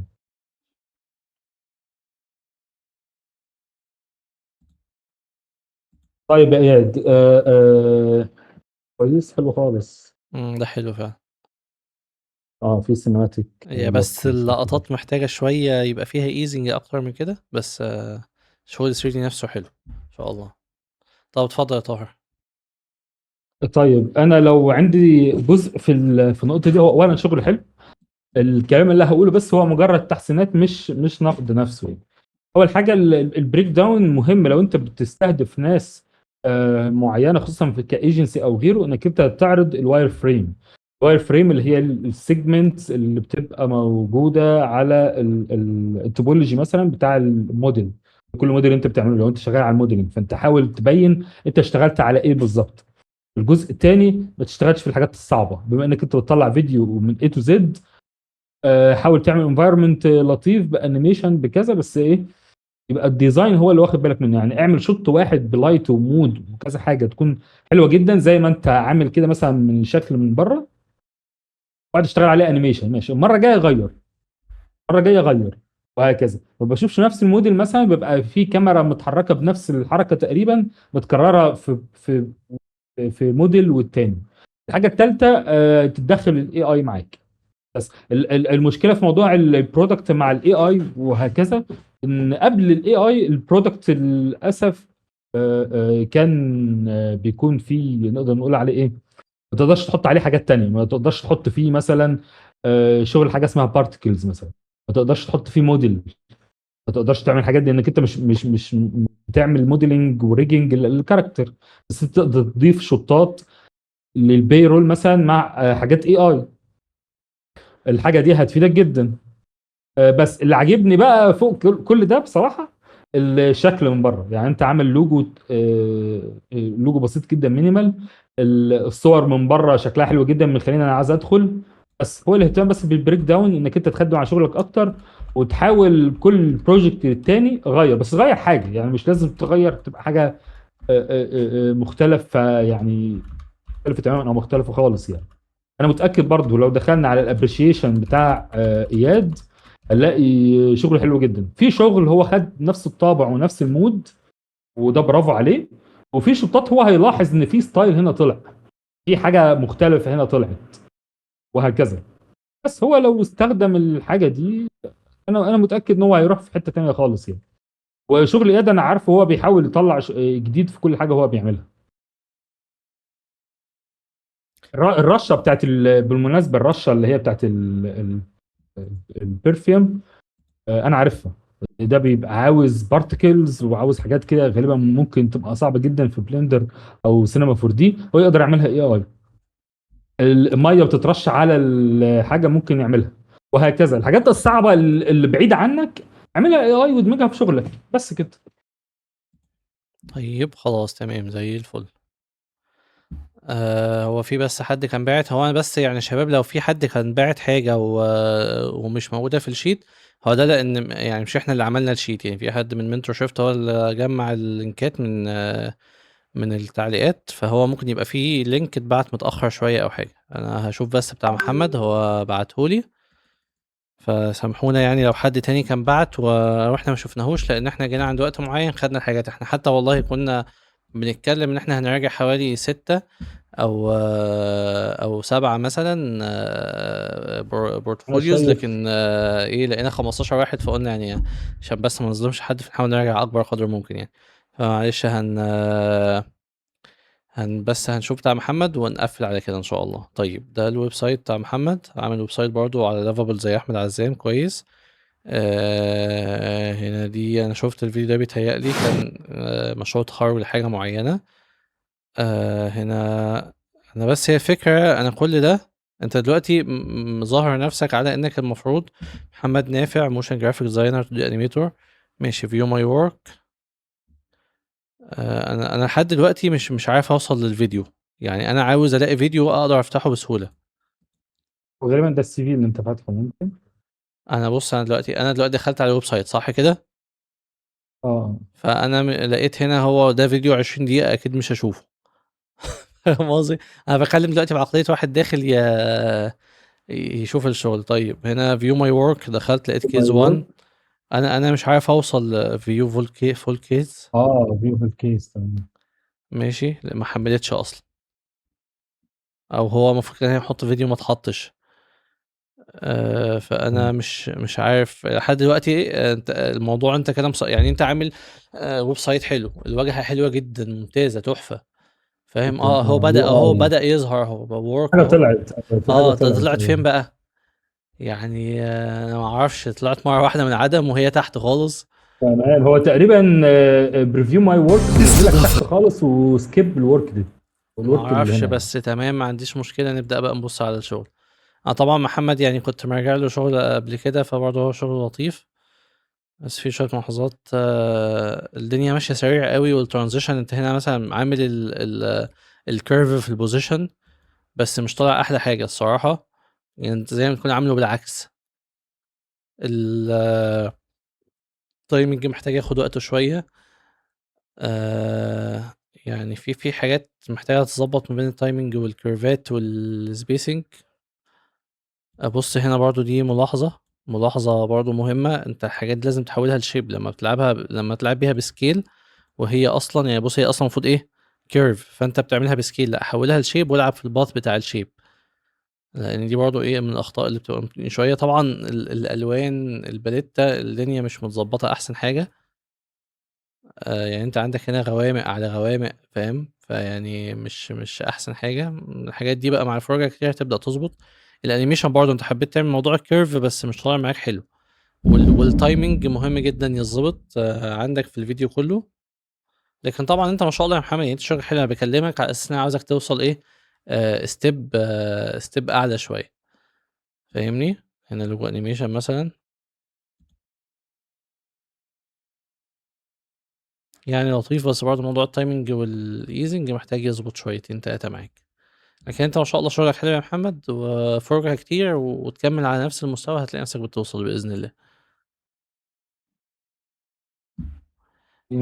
بس يعني معلش يا اياد، انا برضو محمد قال ان رابط مش عارف يتبعت ف لا انا عامه بالنسبه لاياد او الباقي، ان انا متاكد حتى في ناس كانت عايزه تحضر وما عرفتش مثلا. فانا يعني انا هو احمد اهو موجود، وانا موجود سواء دلوقتي او بعدين. ان عادي انت لو راسلت احمد او راسلت، يعني انت لو تلاحظوا ان احنا كل واحد كان بياخد بورتفوليو. ففي فكره حلوه ممكن تعملها، اللي هو ايه، اروح لطاهر او اروح لاحمد وابعت لطاهر البورتفوليو، وابعت لاحمد البورتفوليو، اخد فيدباك من طاهر واخد فيدباك من احمد. بعد كده خدت فيدباك احسن من اللي انت اخدته في اللايف. ما فيش بس مشكلة. يعني أي حد بيبعت لي أو بيبعت لطاهر أظن يعني مفيش حد بيتأخر، ما دام يعني قدر المستطاع طبعا يعني. بالظبط. فالدنيا بسيطة. اسأل حد تاني، بس دايما تكون بتحاول فعلا تسأل من باب إنك إنك تطور المستوى. بالظبط هو ده. بس يعني أظن إن إحنا كده شبه خلصنا. وإن شاء الله تكون كانت يعني السيشن دي كانت مفيدة. هنحاول إن إحنا نكررها تاني. وأنا ساعات يعني جيت أنا من حوالي أسبوعين 3 على القناة عندي مع نشاط استمارة كده، وقلت اللي عاوز يراجع الشغل بتاعه، وبنفتح بقى الملفات وبنراجع بشكل أعمق من كده شوية، عشان بيبقى فيديو بقى واخدين وقتنا يعني، وبنبقى بنركز على الفنيات أكتر. فيعني إيه تابعوا برضه، بحيث لو عملت حاجة زي كده تبقى الدنيا أسهل إن شاء الله وألطف. الناس بتمشي خلاص ما شاء الله، نشوفكم على خير قريبا. أنا آخر بس حاجة، أنا عندي إن شاء الله راوند جديدة هتبدأ للي متابعني يعني. فلو حد من الناس اللي حضر النهاردة كنا عاملين خاص من الناس اللي في الأول، وهعلن عنها. ممكن حتى يبعت لي على الواتس أو على الماسنجر أو على اللينكد إن، وربنا يوفقكم كلكم يعني. وبنمسك الأساسيات وبنمسك الحاجات اللي السوق محتاجها. وبس مش عاوز اطول في الحته دي، لان الهدف ما كانش دعائي خالص يعني. بس ايه، حبيت اقول المعلومه، لان في الاخر التوجيه بيفرق يعني مع الناس. وشكرا جزيلا. ولو عندك حاجه يا طاهر اتفضل، او نقفل على كده. بس هي الحاجه الاخيره، بس المهارات اللي احنا اكتشفنا ان هي لسه ثابته، هي البروسيس اللي الناس بتحب تشوفها. حط نفسك مكان الشخص اللي بيدخل على البروفايل بتاعك او البورتفوليو، يقول لا انا حلو ده. مثلا زي محمد نافع مثلا، شغل حلو جدا، بس انا مثلا لقيت صعوبه شويه عشان اوصل للشغل.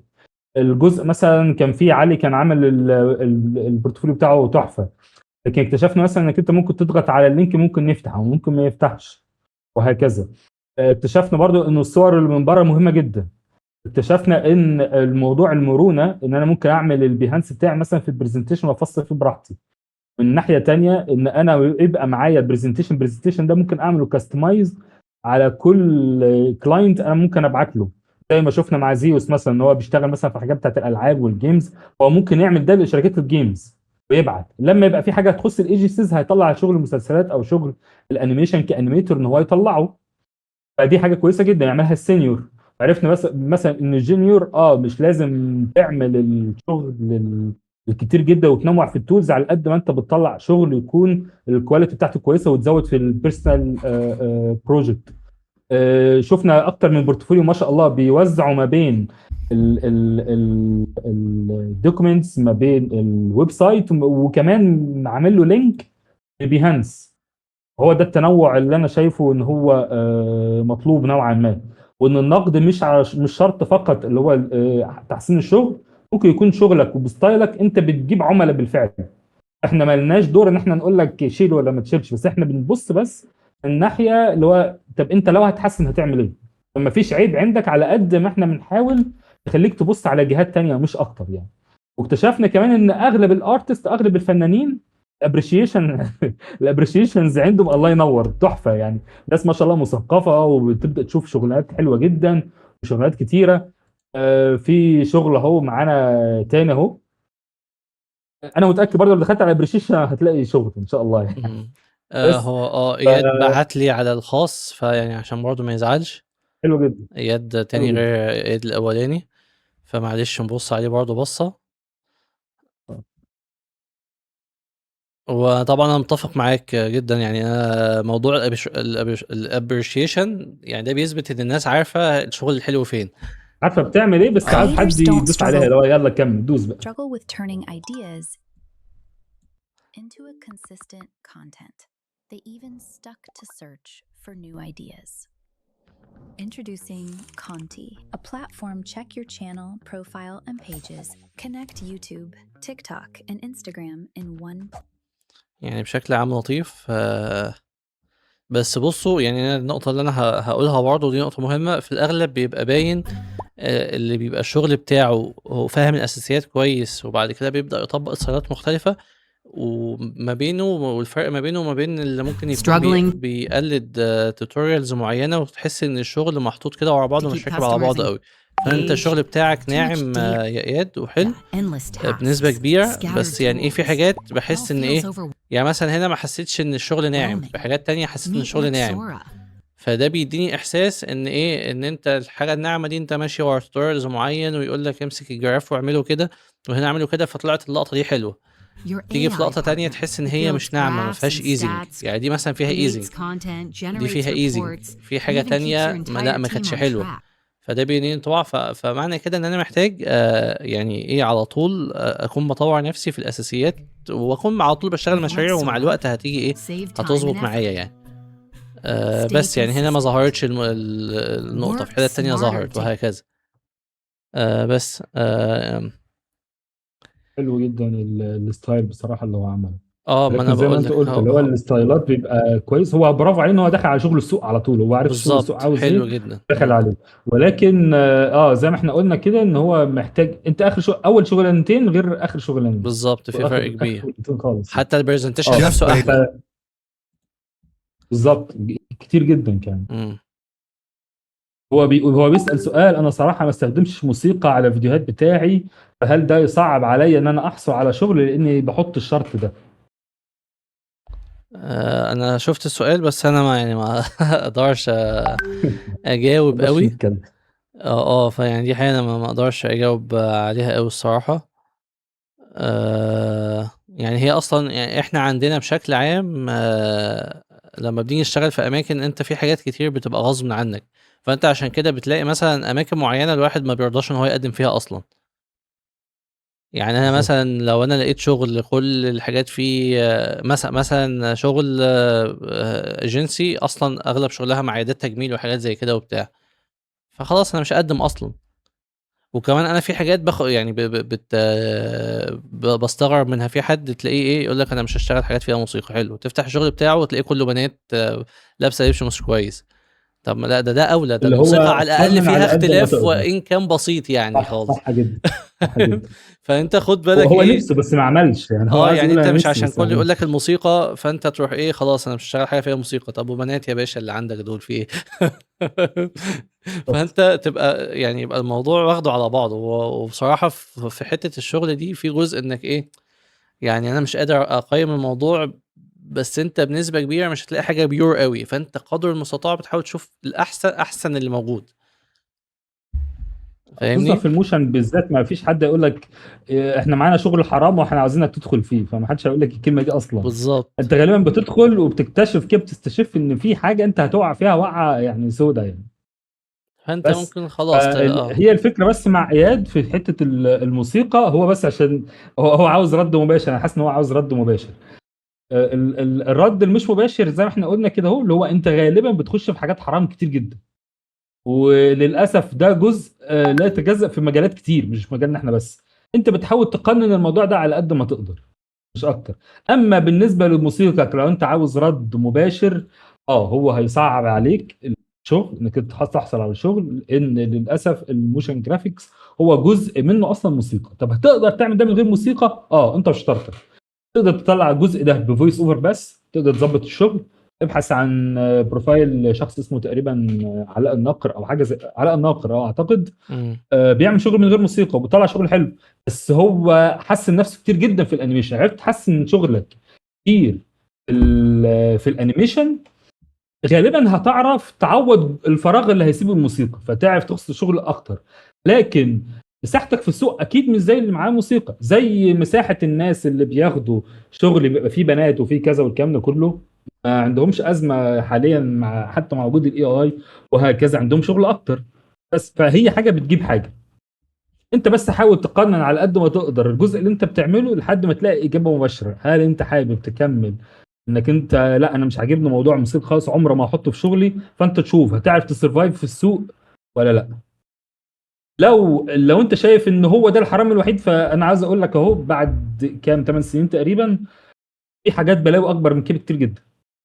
لسه زميلنا اسلام لو تفتكر يا احمد لما كان عاوزينه في الار ريتنج، كنت لسه بقول برضو لزيوس ان هو بيقول في الالعاب وكذا وشغل البنات مش عارف ايه، قلت له ده انت عندكم في الالعاب لو في حاجات مخالفه للشريعه حرفيا هو اكتر ناس بتاخد فلوس على الكوكب تقريبا، اكتر من جوجل والناس الكبيره خالص.